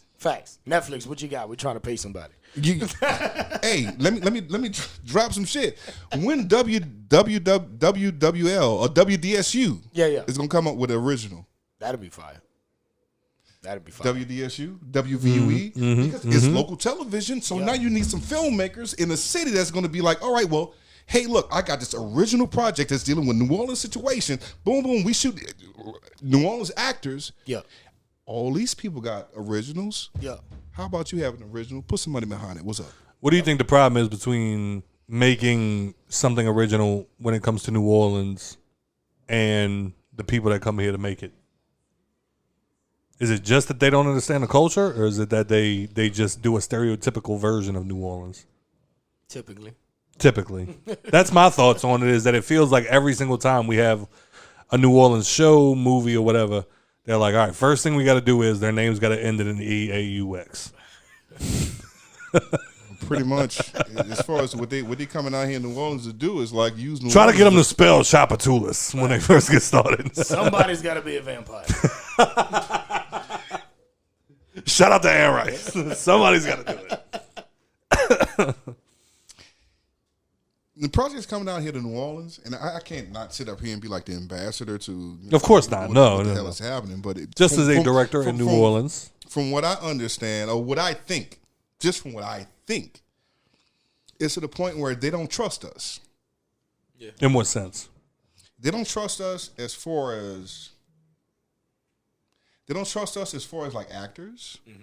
Mm-hmm. In turn, shout out Jason Mitchell. Jason Mitchell. He did that to him. Yeah. They come down here with you. But we want you on the show, so I don't think you did that. Think about this. Jason Mitchell is playing a native of the Chi-Town, Chicago. Yep. Right? Yep. How many natives of New Orleans do they have play a native of fucking New Orleans? Right. In main characters. Wendell Pierce is the only one I've seen. I was auditioning for native. Shout out to Wendell Pierce. Shout out. He the one kept me from quitting acting. Like seriously. Shout out. We'll call him and tell him to come hang out. He kept me from quitting acting. Because I've been wanting somebody from The Wire to come hang out. But you sit up there and they come down here and cast main characters of New Orleans, and it's like, how many of those people are really New Orleans people? Right. So it's like, and they never. It seems like they never have somebody from New Orleans that's prominent enough in roles to speak up and be like, we would never do that. Right. You know what I'm saying? Like, because they always try to capture the culture, but it feels like it's always an outsider's perspective on our culture. That then they're just like, oh yeah, they do. They have Mardi Gras twice a week. And it's like they never have somebody in a position of power that can go, no, they don't. Because the person in the position of power is not from New Orleans, so they're not going to understand. That's what I'm saying. They're going to listen to what they like. Oh, you're from New Orleans. This is what it is, and this was okay. So we're going to change this to this. Right. I found that out on Battle Los Angeles. Speak on it. I sit there on when I did Battle Los Angeles. I'm sitting in the hotel. So I give me a couple crowns. I'm sitting outside. I'm sitting next to this white cat. I'm like, hey, bro, you know, what you got? What you out here in Shreveport for? He's like, I'm here for the movie. I'm like, motherfucker, I'm for the movie too. He was like, yeah. I'm like, okay. I'm one of the actors up, and he's like, I'm the writer. Ooh. Oh, I got some things to talk about. He was like, I'm the writer. I'm like, okay, cool. Clink.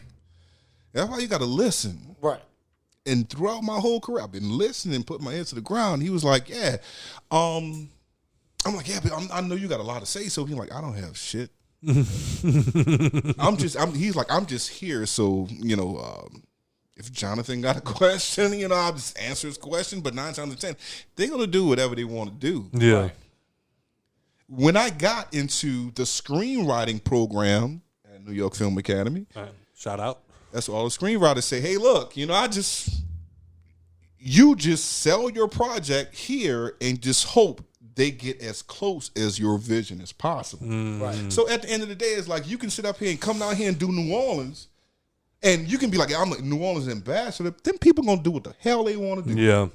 You're gonna have New Orleans people auditioning, trying to sound New Orleans when everybody from New Orleans don't sound New Orleans. Facts. They don't try to make them sound New Orleans. They're trying to make them sound like they down from the bayou. Yeah, from the bayou. And now you have New Orleans actors saying things that we don't say because now you're trying to appeal to Directors. people that's not from Yeah. here. You see what I'm saying? Yeah. So it's like, it's kind of crazy. So that's what I'm kind of thinking as far as like New Orleans projects, because at the end of the day, we love New Orleans so much we don't. As New Orleans residents, we're going to be looking at it for certain ways. Yeah. But that's not made for us. Right. It's not made for us. It's made for everybody else on that return on investment On that we're people's talking about.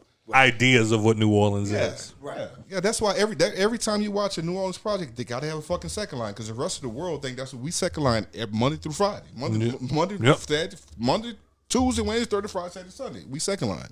That's what we do. I mean, we do. You know what I'm saying? We eat gumbo every day. No, we don't. We got little red bean trees that just drop bowls. Yeah, like really speaking, the only time we second line because you got people come from out of town having fucking weddings, fucking up goddamn streets and shit. Yep. We don't second line every fucking day, but Nope.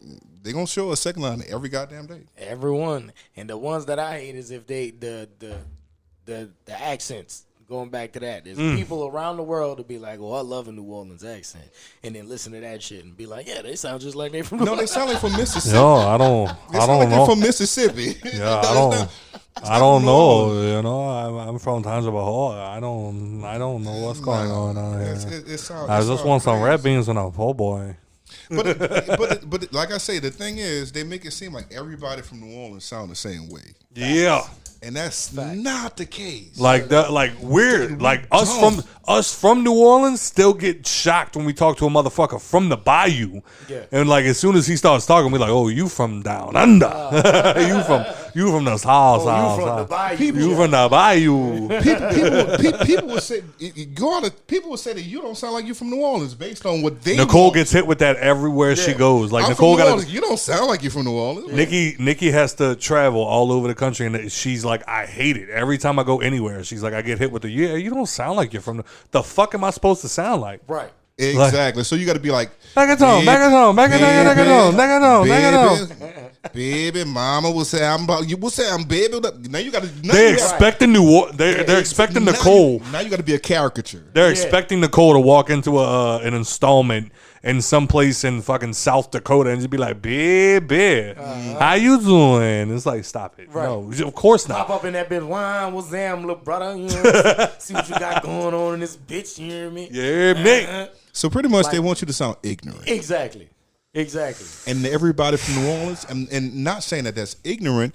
We got a lot of us can turn that shit on and turn it the fuck off. Yeah. Yeah, you get can me turn drunk that at a shit New off. Orleans party, I'm gonna start talking crazy. You know what I'm saying? You give me a couple drinks and be like, what's that, baby? What's that? But I'm sober. I'm like, I don't speak Wow. that way. I I don't speak that way at all. But how do you feel about them making a black Superman? What? That was the original question. Oh, you was building up to this, right? That's why you need to start off with the right questions. I did. I said You know whitewashing we- or blackwashing. You know we get all tangented. There it is. Scratching his forehead. Give unto Caesar what is Caesar's. Why do we need to have a black Superman? There go Turtle. That's all the fuck I've been saying. I don't think we need to change characters. But then you to got the already black. established characters. But then you got the Black Little Mermaid. I feel like we don't. I'm like, if that's what they want to do, Right. that's fine. But how about don't we just? think it's necessary. I don't think it's necessary. Like, I liked it just because of how mad it made white people. yeah, you're gonna make white people mad, but it's like, hey, let's have a fucking white Egyptian, which they've been doing for the fucking been doing for a longest. long but at the time. end, yeah, but at the end of Gods the and day, kings. but it's like The Mummy. when y'all was talking earlier, that's what I was thinking, the gods and kings. But it's like, how about we just make a storyline of a black superhero that's just as fucking strong as goddamn Superman. Yeah. Yes, But then people say whenever. Call him nigga man. We be down Oh, with good lord. But then you got motherfuckers that'll say like, oh, they finally give us a black Superman. And what movie is it in? Hancock. you know what? It was because Will Smith Hancock was never made again. Yeah. I loved Hancock. Yeah, I love thought it was a Hancock. good ass movie. I thought it was great. I love Hancock too, but you got to keep in mind at the time Hancock was coming out, nobody was coming out with their own universe in certain Yeah. things. There was no such thing as called a Marvel universe. Well, that's my thing about Green Lantern. The only Green Lantern. Green Lantern fucking sucked. Of course it did. But like me and Turtle had this I was conversation on in here Green before. Lantern and that shit fucking Jesus sucked. Christ. But like me and Turtle had this conversation on here before. The only Green Lantern I ever knew was black. Yes. So then I see I know that's a lot I of know fucking from a Green comic book Lantern. perspective that's not it. But like my perspective as a kid growing up watching the cartoons, I only knew black Green Lantern. So when Ryan Reynolds gets cast, I'm like, what the fuck is this? Because everybody that's going to go watch that movie is not people that follow the comic book to know the Green Lantern was black. You know- so at the end of the day, entertainment what? Business. Return on investment. You're going to put Ryan Reynolds up in that. That's what it is at the end of the day. So when you watch this shit, Yeah. gods and kings. Yep. It's like, what the fuck is this shit? It's like, yeah, but who's going to watch the fucking project? Yep. Christian Bale and Gerard Butler. Just Shut the fuck up. Are you serious? yeah, two Egyptians. That's what it was. you never saw the movie? No. Oh, this is what he never saw. That they're Egyptians. They're playing Osiris and Ra? yeah, Ra. Osiris and Ra. And my dumb ass, I love fucking Egyptian Yeah. mythology. Hey, That's what it is. Well, that was like, you know, they've bounced around the idea of remaking Scarface. What? And the idea, because No. they're making Scarface into an idea, not a person. Yeah. Like the original, the 1930s Scarface movie was about Al Capone. And that was actually my favorite. I'd watch that over and I over. love- Watching the Al Pacino one. Yes. Yeah. It was an amazing fucking movie. If you haven't seen it, please go watch it. Al Pacino is not Hispanic. No, he's not Cuban. He's fucking Italian. But He they, said this fucking crazy because of that, but we love him for no, check it that. out. Check it out. The idea that leaked from the writer's room about the new Scarface is supposed to be that he's a Haitian from New Orleans. Way to ruin it. Like, I don't like.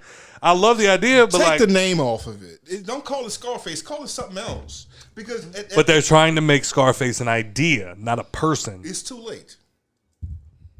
What? Yeah, Put the shit in my mouth again. with pop culture being what it is, it's come into, you know what I'm saying? Like, the 1930s, they probably didn't. Granted, it was a good movie. Of they course. probably didn't walk around calling that actor Scarface. No. People call Al Pacino Scarface. Yeah. You know, what I'm He's saying? either Scarface or Tony Michael. Montana. Well, he's either Scarface or Michael Corleone. Like, that's what we know Al Pacino from. Sure. But how do you feel about remakes in general? Remixing what? Remaking movies. If you're gonna remake a movie, Like, they want to remake Scarface. They want to remake Godfather. They want to like all these classics. Like, people want to make their 2023 edition of that movie, and it's the problem is when you try to make a 2023 edition, you trying to put into something that people understood from back in the day, and it's like you want to bring it into today's time. That means you don't have any type of creative effort in your thought process to make something new.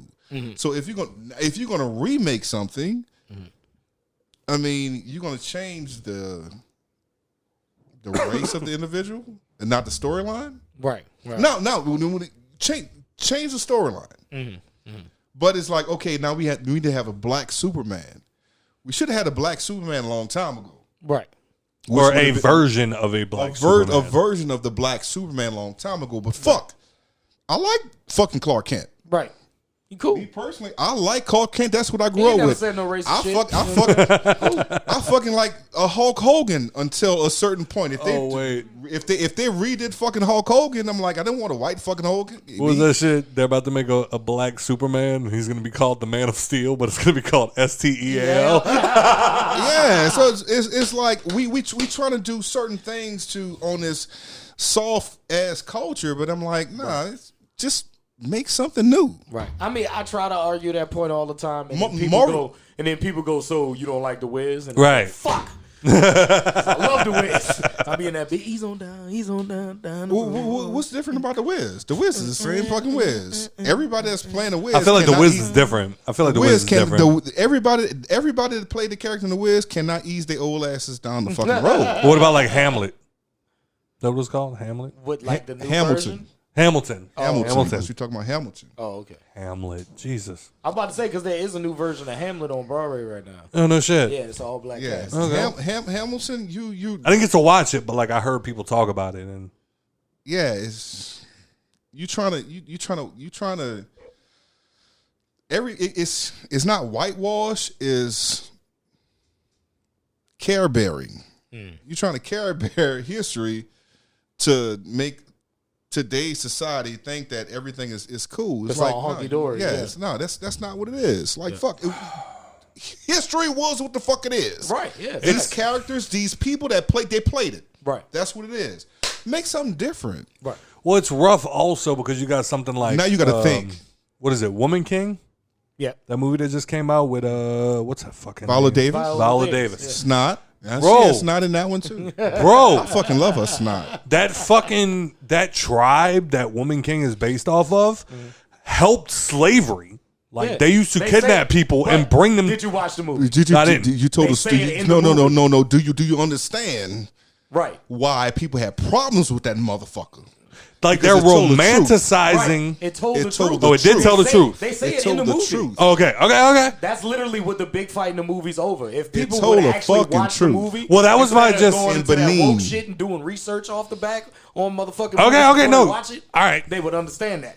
They say it in the movie. That was the big conflict in the movie. Right at the end is that one tribe wanted to keep selling the slaves, and one king refused to keep selling his people into slavery. And the woman king was the warrior for the king that refused to sell his people. And Okay. now we going back into changing our thought process as far as history. Certain things I'll be thinking is like, yeah, we can say certain things, but keep in mind, this movie came out and it was telling the truth that we sold ourselves. Yep.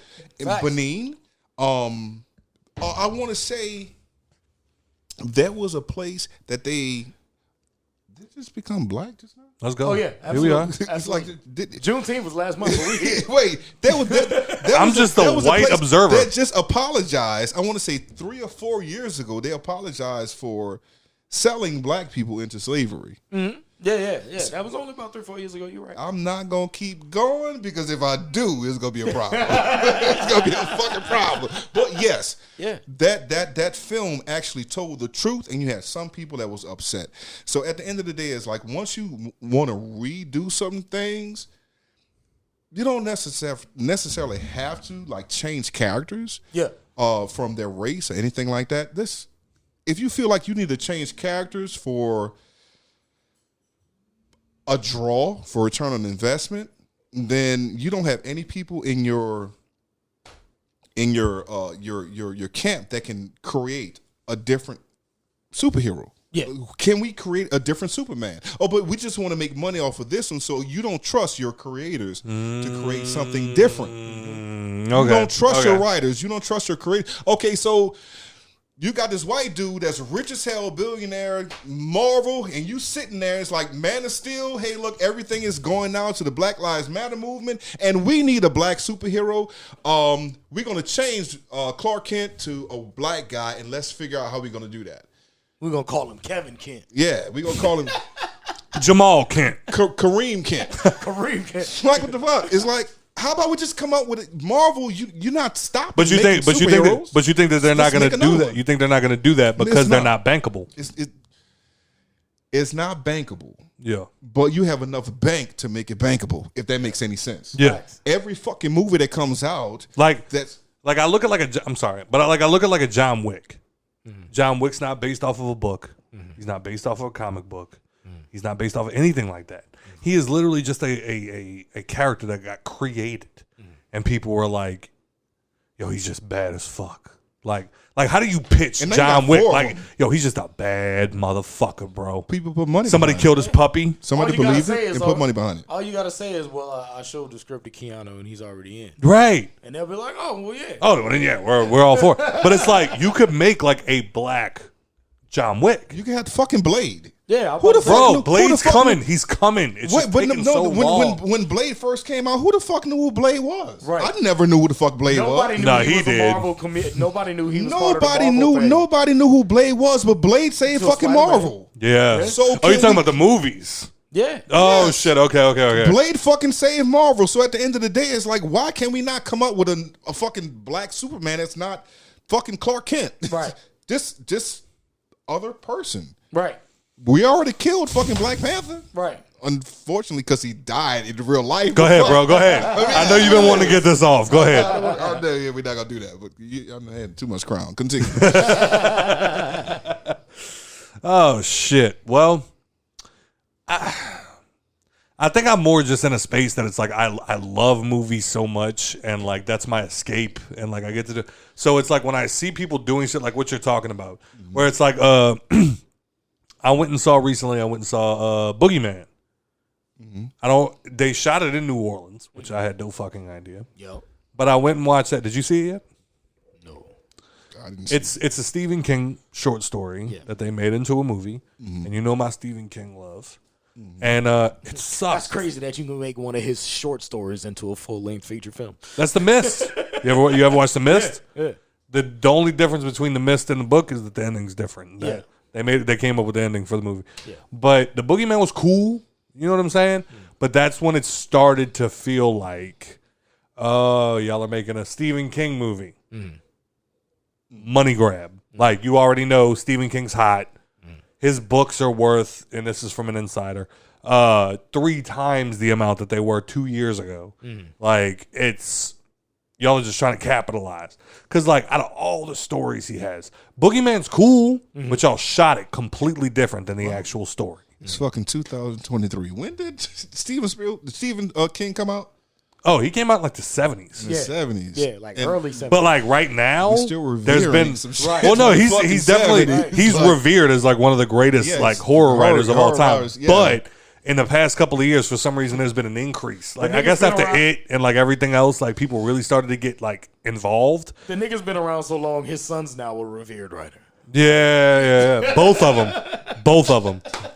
fucking revered. It's like fucking. The thing is like, as long as you get a fucking label, it is what the fuck it is. It's just like, god damn, they got some great fucking horror films came out from other people. Like, I'm very proud of Netflix for making Lock and Key and not putting on there from the son of Stephen King, Joe Hill. That's who that was. Yeah, see, I never saw Lock and Key, so I don't know. What it was good shit, bro. It was really good. It's a good show.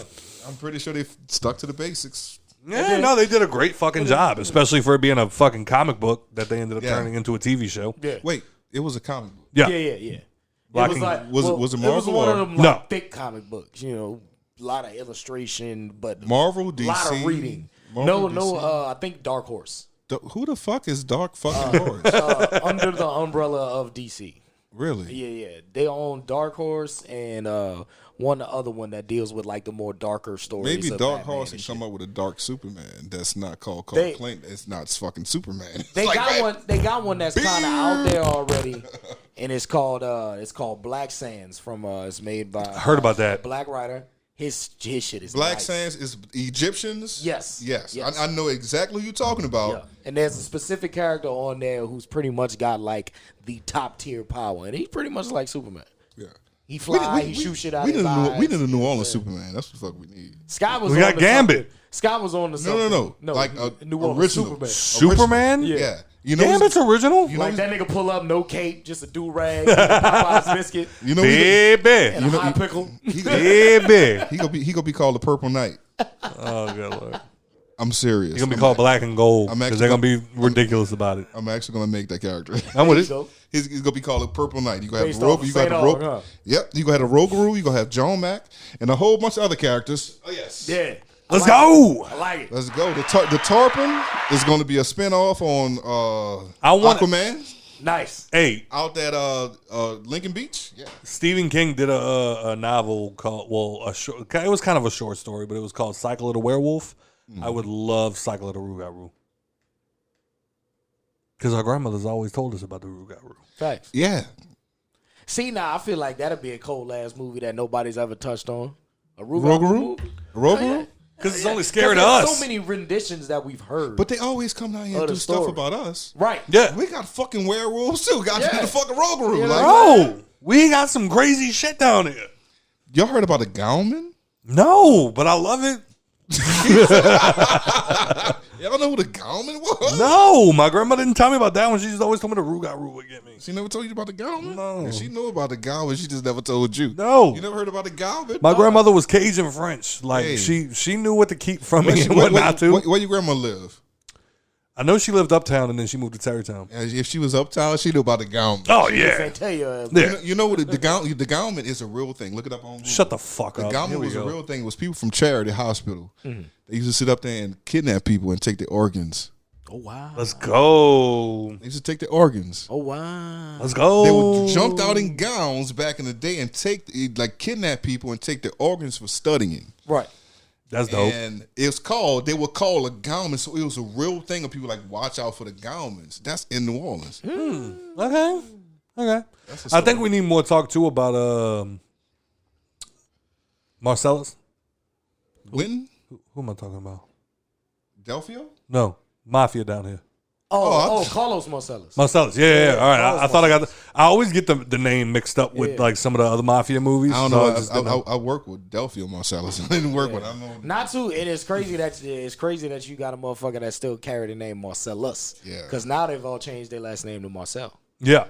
So it's like didn't know I that. feel like nobody touches on the That's new. how deep they crime shit went. Like a lot of the family that didn't get out, they just changed their last name to Marcel. I feel I like mean, obviously we know what the fuck it is, but the government can't touch it. You know, I feel like nobody touches on the New Orleans bracket of the Mafia we enough. just jumped a whole lot of shit. But We're here, baby. you know, over there on. Don't do this. Don't become a target. Don't do I this. don't think it's a spot anymore, but Don't bring up the restaurant. Don't do it. No, That's don't you what I was about fucking. One of my partners lives nearby, it's still there? and he said I drive by sometimes. He said the closed sign will be on the front door, and there'll be a bunch of Cadillacs out front. So shut your fucking mouth. That's what I'm about to say. I'm about to say exactly. Because everybody's right. like, oh my God, the 5 families in New York. Yeah, they got to go hide somewhere because they can't be out there no more. Yeah, Maybe they're coming down yeah. here, bitch. Yeah. But the crazy part is like black people go to that fucking restaurant. I'm like, everybody goes to that fucking restaurant. Yeah, it's Because I heard they got the best spaghetti this side of Mississippi. And that's why Carlos Marcellus was such a sly motherfucker, because he did a lot of business with the blacks when he wasn't supposed to. Oh, they had Asian. I just saw like 2-3 days ago they had the Asian person in the mafia. Yep. Yeah. Yep. Yeah. My grandma used to work for Carlos Marcellus at a butcher shop. You talk about that. You know the restaurant too. Mm-hmm. You know what I'm talking about. Okay, let me shut the fuck up then. So if he says shut the fuck up, it's like, yeah. Well, that was like one of my uncles. Like, I'm sitting at a family get together one day, and one of my other uncles was just like, yeah, you know about so and so, and I was like, what are you talking about? And they were like, yeah, his wife got killed by Marcellus's people. And then he got framed to go to jail for some bullshit. And I was like, I did not know about this. Let me pull up a chair so we can talk about it. And then I was like, this was while we're doing the podcast. And I was like, this was like 2 years ago. And I was like, so like, you think like, because me and him cool. I'm like, you think if I reach out to him, he'll like come on and talk? He's like, he doesn't want to talk about that shit. And I'm like, hey, look, I never mentioned no motherfucking names or that goddamn. I was quiet as hell this whole goddamn. I knew about the restaurant. I never say no names, goddamn. For all we know, just like the Italians, the mafia is a figment of the government's Cosa Nostra, baby. Code of silence. They killed Kennedy. What's his name? Truth be told, did you ever watch the what's it called, the Scorsese movie, the Irishman? Yes. Yeah. Did you ever watch it? Oh my god, that fucking beautiful. In the book, I never finished it. It's hard. It's rough to finish. The visuals, it's like a 4-hour fucking movie. Crazy. The opening fucking shot blew me the fuck away. What was the opening shot? Over the same option I'm thinking about when they over the top and it's a barbershop. Yeah. Oh, yeah. Okay. Slowly coming out. So that's why when you sit up here and say, like, okay, Scorsese can say certain things about the Marvel and stuff like that. The reason why Scorsese can do certain things because he's different. He's not just a director. And when you have a director, bro, he's different. He's a director with a vision, and that's something totally different. That's why when you watch a Scorsese film, you go in there for an experience. Well, that's like a visual fucking experience. Well, that's Look at this shit. Well, it's like Christopher Nolan can like come out with a movie, and it's one continuous shot, clean, and like that's Steadicam operated. But the difference between Scorsese $30,000 for the difference between the difference with Scorsese is if Christopher Nolan comes out with a movie and says that's not real cinema, like I'll still listen to him. You know what I'm saying? Because Scorsese has proven his track record. Like Facts. What bad movie has Scorsese come out with? He's fucking 80, bro. Like. Man, Taxi. What's that? Taxi Driver? Yeah. Taxi Driver. Taxi Driver was dope. No. I'm not saying it's bad, but it's no, like I'm saying what bad movie? That's one of those films that's like I never knew Taxi. Well, like Taxi Raging Driver Bull, like Raging Bull. I never knew. Bull. Yeah. I never knew that was a Scorsese movie until much later. Shutter Island. Yeah. In comparison to all of his other movies, Shutter Island's bump, but it was also dope. Like who was the one with the guy that just died? Who just died? Oh shit! Oh, that's what I was gonna put up against the greatest movie of all time earlier, Shutter Island. That shit fucked me up. I had no. And that's idea. a Scorsese movie. I had no idea that man was on that island as a patient, bro. Yeah, bro. I was like, oh, this nigga third world crazy, bro. Oh, for those of you that don't know, what the fuck is the goddamn movie? Leto and Joe Pesci. Heads and The whole thing is Martin Scorsese, when he shoot a film, he come up with a different fucking camera move.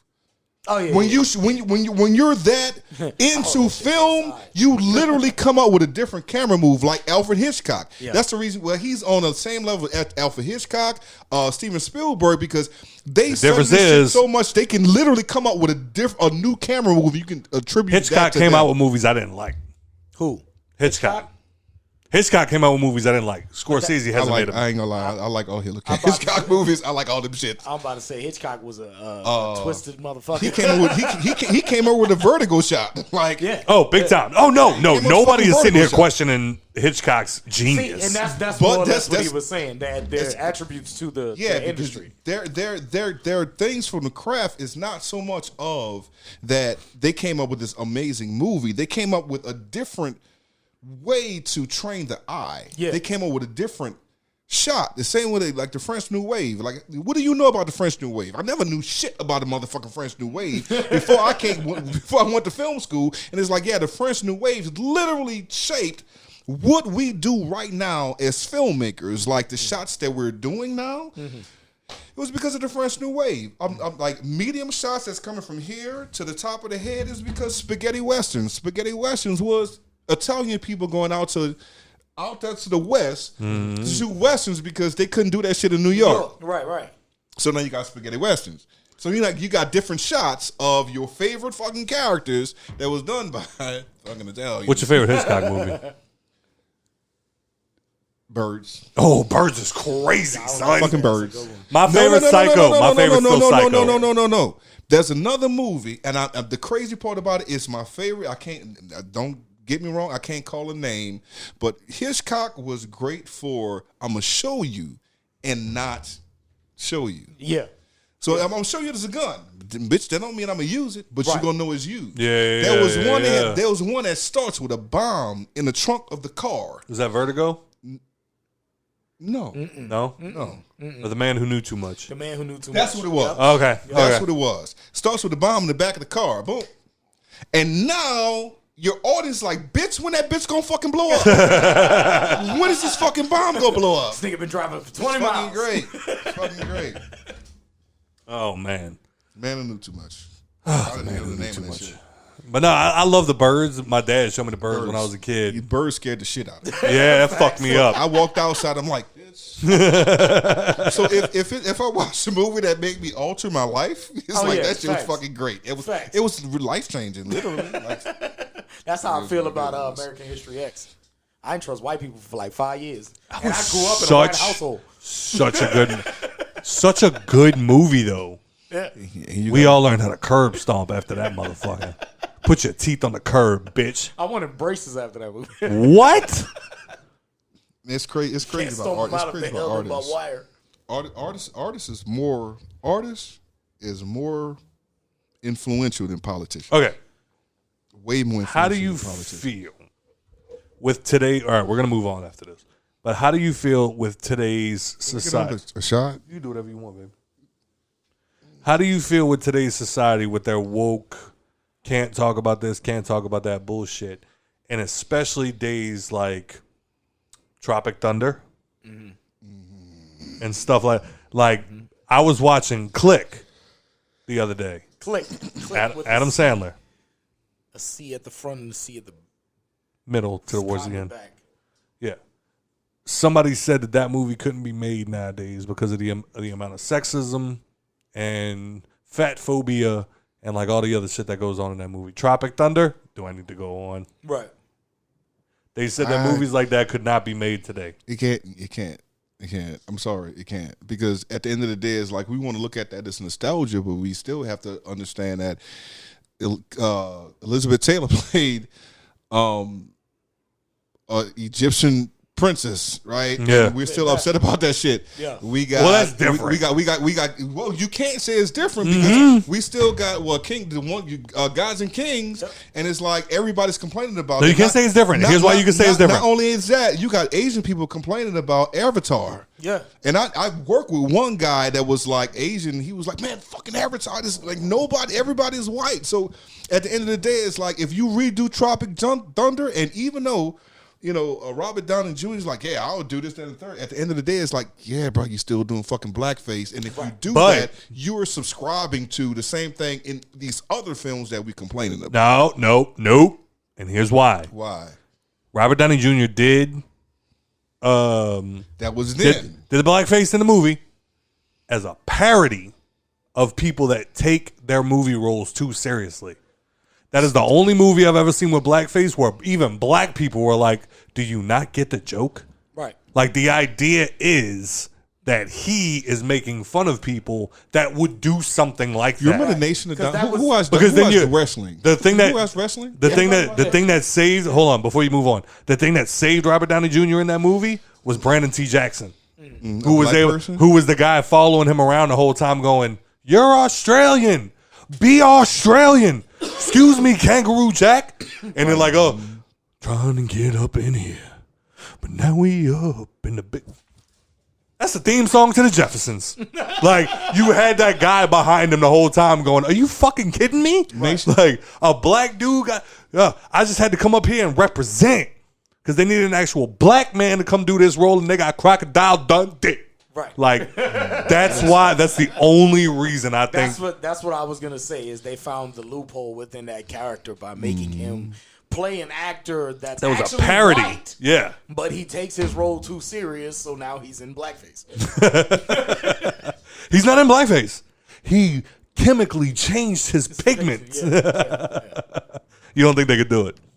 Nah. Because nowadays, all You'd have people to would write see that is in that the is a movie white guy synopsis. being a black guy. Now, it's to the point where it's like I gotta pee again.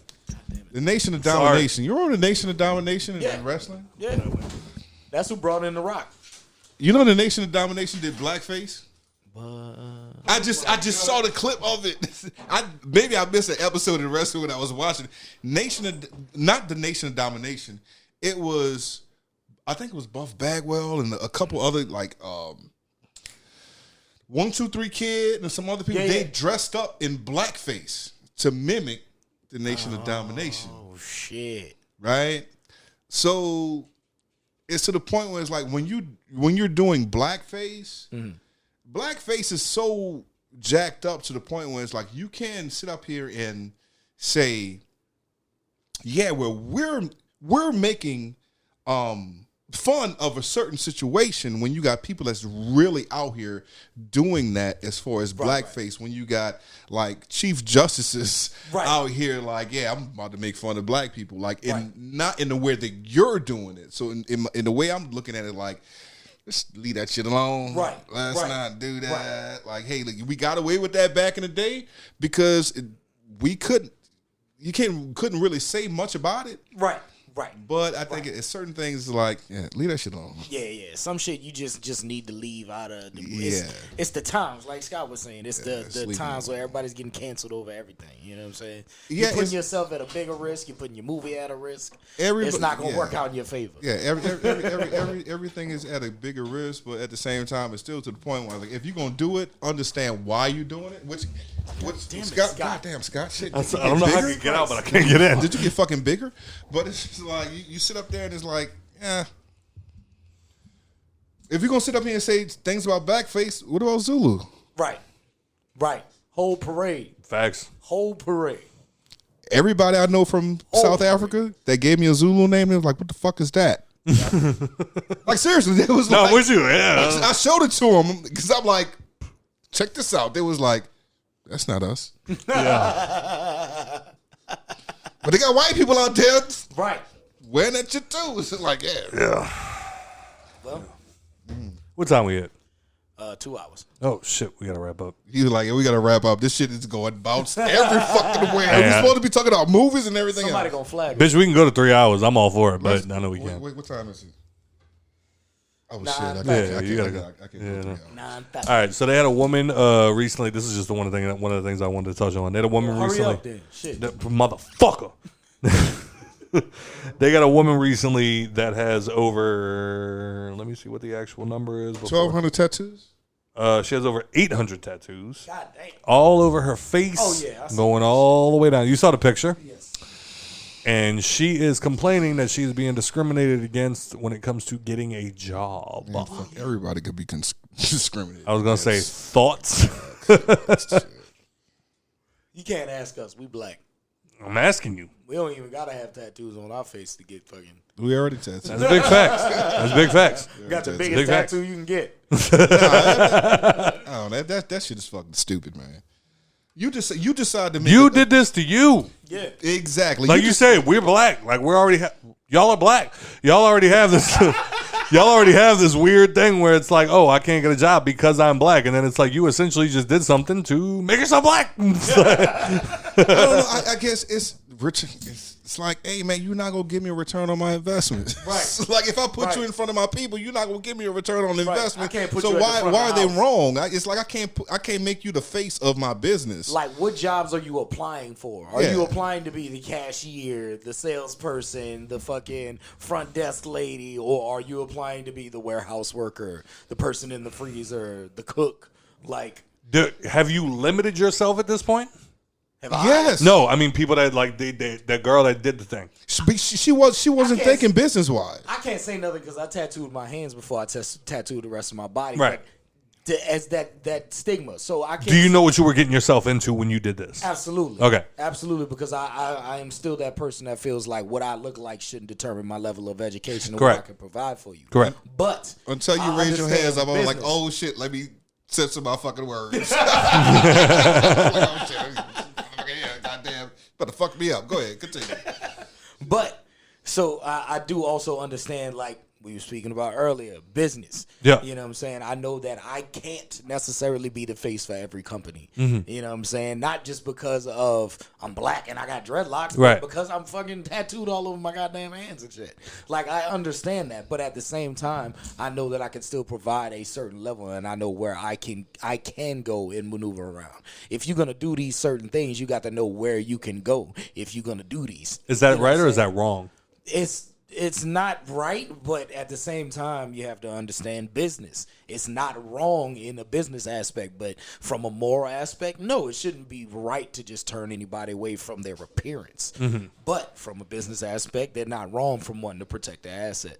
It's also, to me, a thing about a costume that you choose to wear. Yeah. Absolutely. It's like every day I go to work and I choose to put on this costume. Yeah.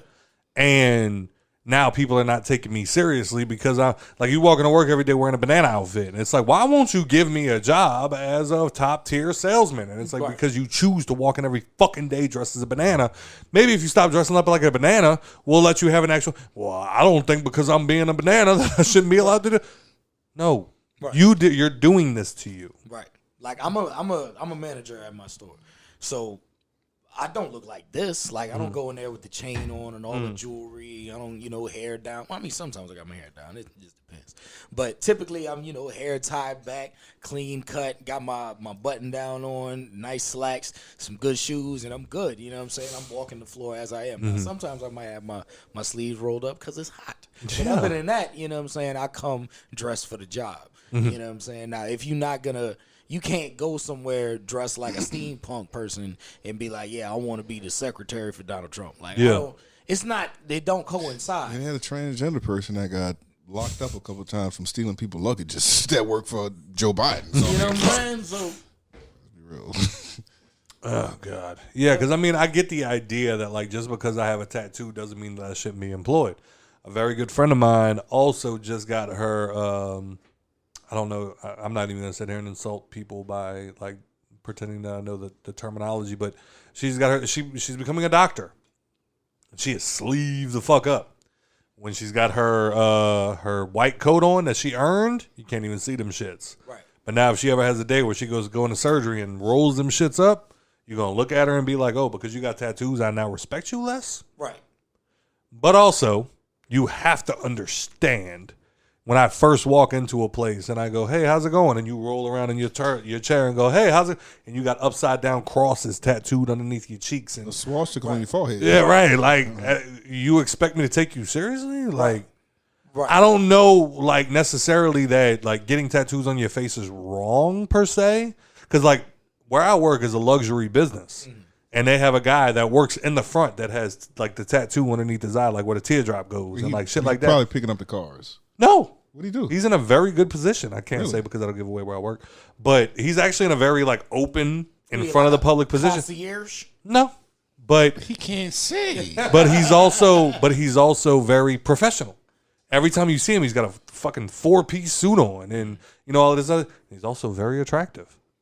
So that also, I think, kind of helps. Tell us something? Yeah, nah, he's sexy as fuck, bro. He's sexy as fuck. But, like, you see him and, like, he's got, like, the placa on his hand, and like he's got, and like as soon as you see him, welcome, how are you? Come on in. Right. And they're like, and he's very professional, and like he carries himself a different way, but also his entire face isn't covered in fucking tattoos. Right. You know what I'm What if saying? it Like, was? Right. Now, my question is, you're not wrong. I'm just saying, like, I feel like at a certain level, I'm looking at you like you're the person that I'm coming to for X, Y, and Z. Right. And now I'm looking at you, and you look like you don't even know how to take care of yourself. Yeah. Much less what I need. Right. You know what I mean? I still get the question, like when people be like, let me go get my manager, and I walk up and they go, you the manager? Yeah. I get that, damn near 85% of the time. how old are these people? Typically Shane, a little bit older. Yeah. A little bit. Because I feel like at my age, like if I walk up and I'm like, hey, can I speak to the manager? And Turtle walks out, I don't care. Right. I need my problem solved. Right. Are you the guy that can solve my problem? That's all I fucking care about. I guess what I was trying to figure out is like the woman you're talking about. What jobs are she's applying for? That's a big one. We never. Right. I never asked. We never put that out. That's there, what I'm talking about. Oh shit! Yeah. Wait. Okay. You see what I mean? Doesn't matter what job she's applying for. Wait. Look, baby, Look, I'm not trying to be a dick, bro. Oh, wait. Hey, look, you fucking disrespecting every fucking body just with your face. Bro, your literal eyes are surrounded by teeth. Bruh. You have 1, 2, 3, got 4, 5, upside-down 6, crosses? 7 crosses on your face. So you're disrespecting Christians. So it's like, Right. I can't even can't work tell at what the fuck. Chick-fil-A. Like she literally looks like the guy, like the blue guy that got like his entire face tattooed, like the circus act. Yeah. She looks like him, and it's like she's like, well, why won't nobody hire? Because you clearly don't care about you. Because you ain't put your resume in the Barnum and Bailey, bitch. you know one thing about it is like, hey, look, you put your money into making that look. You put your money into taking that look away. Yeah, absolutely. Like get that No, you shit can't. fucking removed. That shit ain't going nowhere. Unless you did it in prison, then you can't get the That money shit ain't bounced going back. nowhere. Even if you got it professionally tattooed, it's not going nowhere. That shit is there forever. Get some of that shit fucking. Yeah, you can get it lasered still. Yeah, it's not gonna go away like that. It's not gonna go away like that, but you can still get it lasered. I think if you could show a job that you're trying to get it removed from. Okay, yeah, I would You know much what I'm rather saying? look at connect the dots than fucking. Yeah. that bro. shit. Like if you got a bunch of faded. She looked like a high school desk, bro. She looked like a high school Yeah. desk. She looked like my godchild Technically, notebook. I'm showing you. I'm pretty sure that in the next 15, 20 years, 30 years, that's what everybody gonna look like. No, they not. No, they Man, not. Birdman, Lil Wayne, and everybody else of the game, everybody made tattoos on the face a new thing. Yep. Back in the day, that was not a new thing. Nope. Now that's a thing. So now you got kids thinking that's cool to have tattoos on their face. So now what you're going to have to do as employers, because the most of the youth is going to have tattoos. You talking on about a their long face. time away though. You talking about a long time. That's why I say 30 years. Bro, I They're wouldn't making that. They're making it a new thing. I wouldn't bro. even give it 30 years. I say in the next 15. I wouldn't. I say that you got to realize wouldn't. the people that we Shit. talking about is 15 years old now. Nigga. Yeah, And they getting tattoos They on their getting face tattoos now. and we still look at them like they dumb. We got kids. Kids could not get tattoos. It was anomaly when I was growing up, and that was like what in the 90s. And y'all motherfuckers was like, bitch, y'all wasn't born. Look at the majority of the new rappers that's coming out. Fucking 95% of them niggas got face tattoos, whether it's a little bit or a lot of it. So 95% of them. and what did I say earlier? Entertainers have more influence than politicians. Yeah, so absolutely. that's going to be Yep. the new norm. Speaking of politicians, we had a judge that could be fired from the bench because he made TikToks rapping along to Busta Rhymes. What? And he black. Go. And he black. He probably slipped up and said nigga with the But he black. all the time. He black. He black. What? He black. He black. He black. Oh, Yeah. It's a brother. My brother. wait. So why what happened? Why? Because let me guess. Let me guess why he goes sit up here loose. There we go. Because he said nigga. I hope not. Read it. He said I'm that sure. he was singing along to Sure Thing by Miguel and Jump by Rihanna.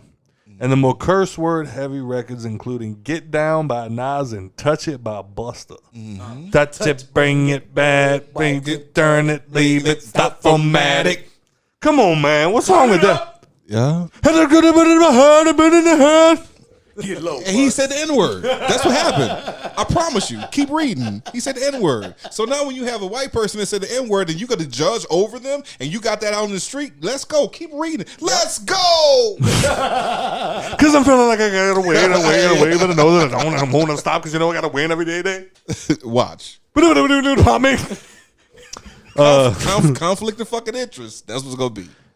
He said, I don't think at the end of the day anybody is going to believe that there was any desire to do any harm here. And I have to agree. Let that man rap. Right. If he just being an old black nigga, let him be an old black nigga. And to me, it goes hand in hand with like his being a judge. Is he a shitty judge? Right. And on top of that, like he should be studying cases, but he's rapping along the bus. Okay, fire him. And then he was rapping to Busta Rhymes. It's not like he was rapping to fucking NBA Youngboy, Young Thug. You know what I'm saying? Okay, so let's play devil's advocate. Go ahead. Go for it. He got somebody in front of him, a white kid. And you got white. What was the top white recruit, the quarterback? I want to say last year. That was rapping. That was rapping on some stuff, and everybody, he didn't college kid. Yeah. So what if he was in front of this? That's different. He was white. He was white. White people can't say the N-word? No. What the fuck are you talking about? So it shouldn't be fucking bankable. Very true. Hey. So that's why you can't be a fucking judge and you're going to say that goddamn word and if you got somebody in front of you, let's be but real. in this culture, come on, in man. this culture, black people can, white people cannot. Hey, you know what? Black men can't say bitch, but we do it. Yeah. Facts. Black men can say bitch. Yeah, you know what? Because Because you get to a woman, you cannot fucking do that. But you know what? Bitches ain't shit but hoes and tricks. Yeah, we do that in that fucking music. But I did that shit one time by accident, messing with a chick. She was a white girl, by the way. We had only been dating maybe 3 weeks. And the dog was fucking with her. I was like, yeah, bite that bitch. I thought I was being fucking. Damn near lost her mind. And yes. Damn near lost her. Who the fuck? I was like, whoa. Same. She got Queen Latifah on it. Who you calling a bitch? You was hit with that shit. I was sitting there rapping along to some Drake. I hate calling the women bitches, but the bitches love it. And she was like, excuse the fuck out of me? And I was like, yo, I thought we was cool. Thought you got it. I thought you understood. People fucking change their fucking realities. Yeah. Let's keep in mind. It's like, but let them be in natural conversation. Bitch, this and the third. Same thing with black people. It's like, nigga, blah, blah. Let Scott say it in front of some people he don't know. He's like, oh, Scott is fucking racist. Hey, don't be telling people that I be. No.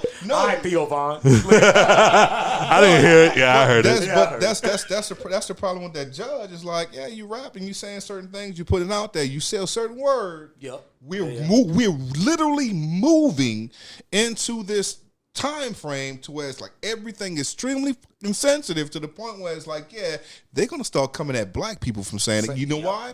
Because they came up with Isaiah Washington. Yep. Remember that story? Isaiah Washington?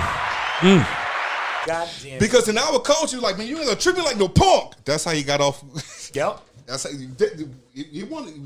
When you say you want to treat me like a punk, you're not thinking about a gay person. Point at me. Right. But point at me while you say that. Well, you're not gonna treat it like a punk, and he got kicked off the show because you're talking about gay people. Yeah. Nope. Like that's not what he was saying based on his cultures. Right. Well, that was like your boy. Who was the fucking sports announcer? Look at that monkey run! Oh shit! Yeah, he fucked up. He fucked up. He was just racist. That was racist. That was racist. So going back to sports announcers fucking up, do you think that lady meant to say nakers? Wait, the what? No. Do you think that you don't remember the white lady that got basically social media bash because she was announcing for the Lakers or doing a report on the Lakers, and she said the L.A. Nakers, and everybody thought she said niggas, but it came out nakers. Nakers. And I was like, she meant that shit. that's not a marching situation. I don't think it's the marching situation. You got situations like, bitch, we need to put your boots on, bitch. We gonna march. Some situations is like, nah, it's not a marching situation. But the thing is, when you're a part of a movement, you just got to shut the fuck up and go where everybody else is going. So you can't be an individual thinker. That's why I'm not a part of any fucking movement, because I'm like, bitch, you go march by yourself, because I don't agree with that. Y'all gonna get mad at me. Like people get mad at me on social media. It's like I lost a whole lot of friends. Like, hey, I think on my own. I'm 90% sure I lost like a majority of my fan base following when all the marching was going on during quarantine. Because I was still reposting the videos and being like, yeah, do y'all shit. Wait, marching? And at the time I was at work. Marching through quarantine? Wasn't it like a whole bunch Nobody was fucking marching. They was trying to stop second lives. Fuck. Nah, it was. What the hell is you talking about? It must have been right after COVID then. You know what? When did George Floyd happen? Right during COVID or right before? George Floyd was George Floyd was during COVID.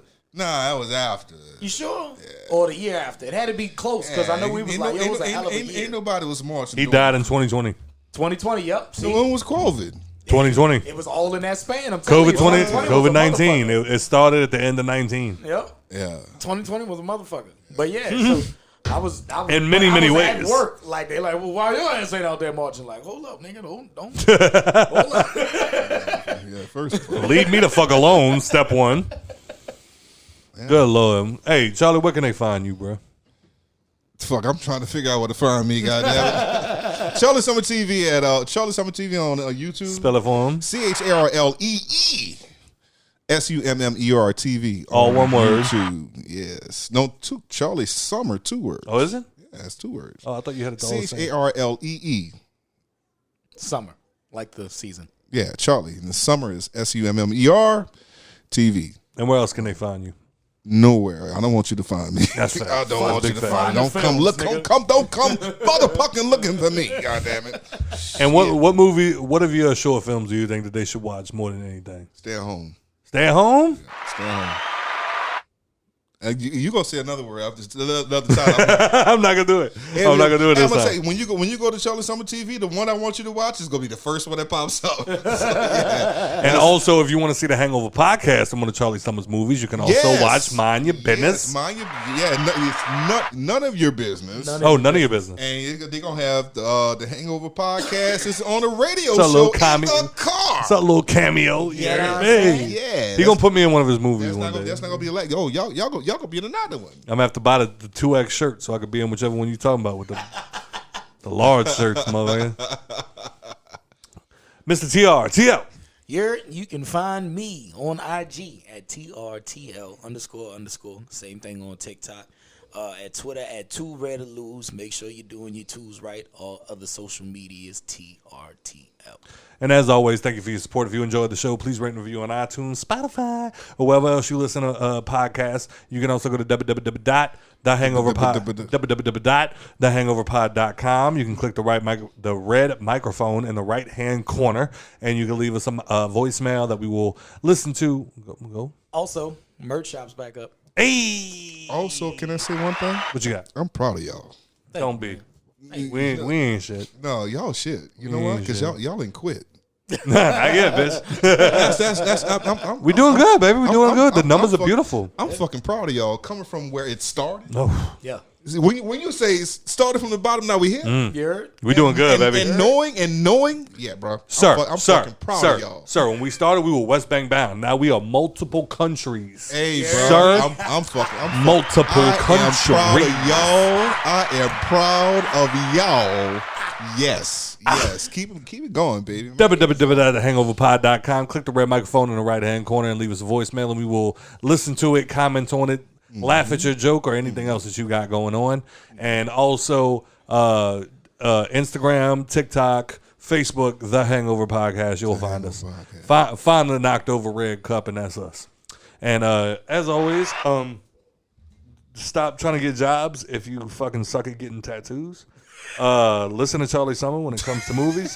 Stop rapping along to Busta Rhymes if you a judge. And Blueface, stop being inappropriate with your son. Just leave your old lady, bro. This is the Hangover Podcast. The two y'all don't need to be together. This is Charlee Summer TV. Thank you for listening. Just woke up, couple bodies from the club.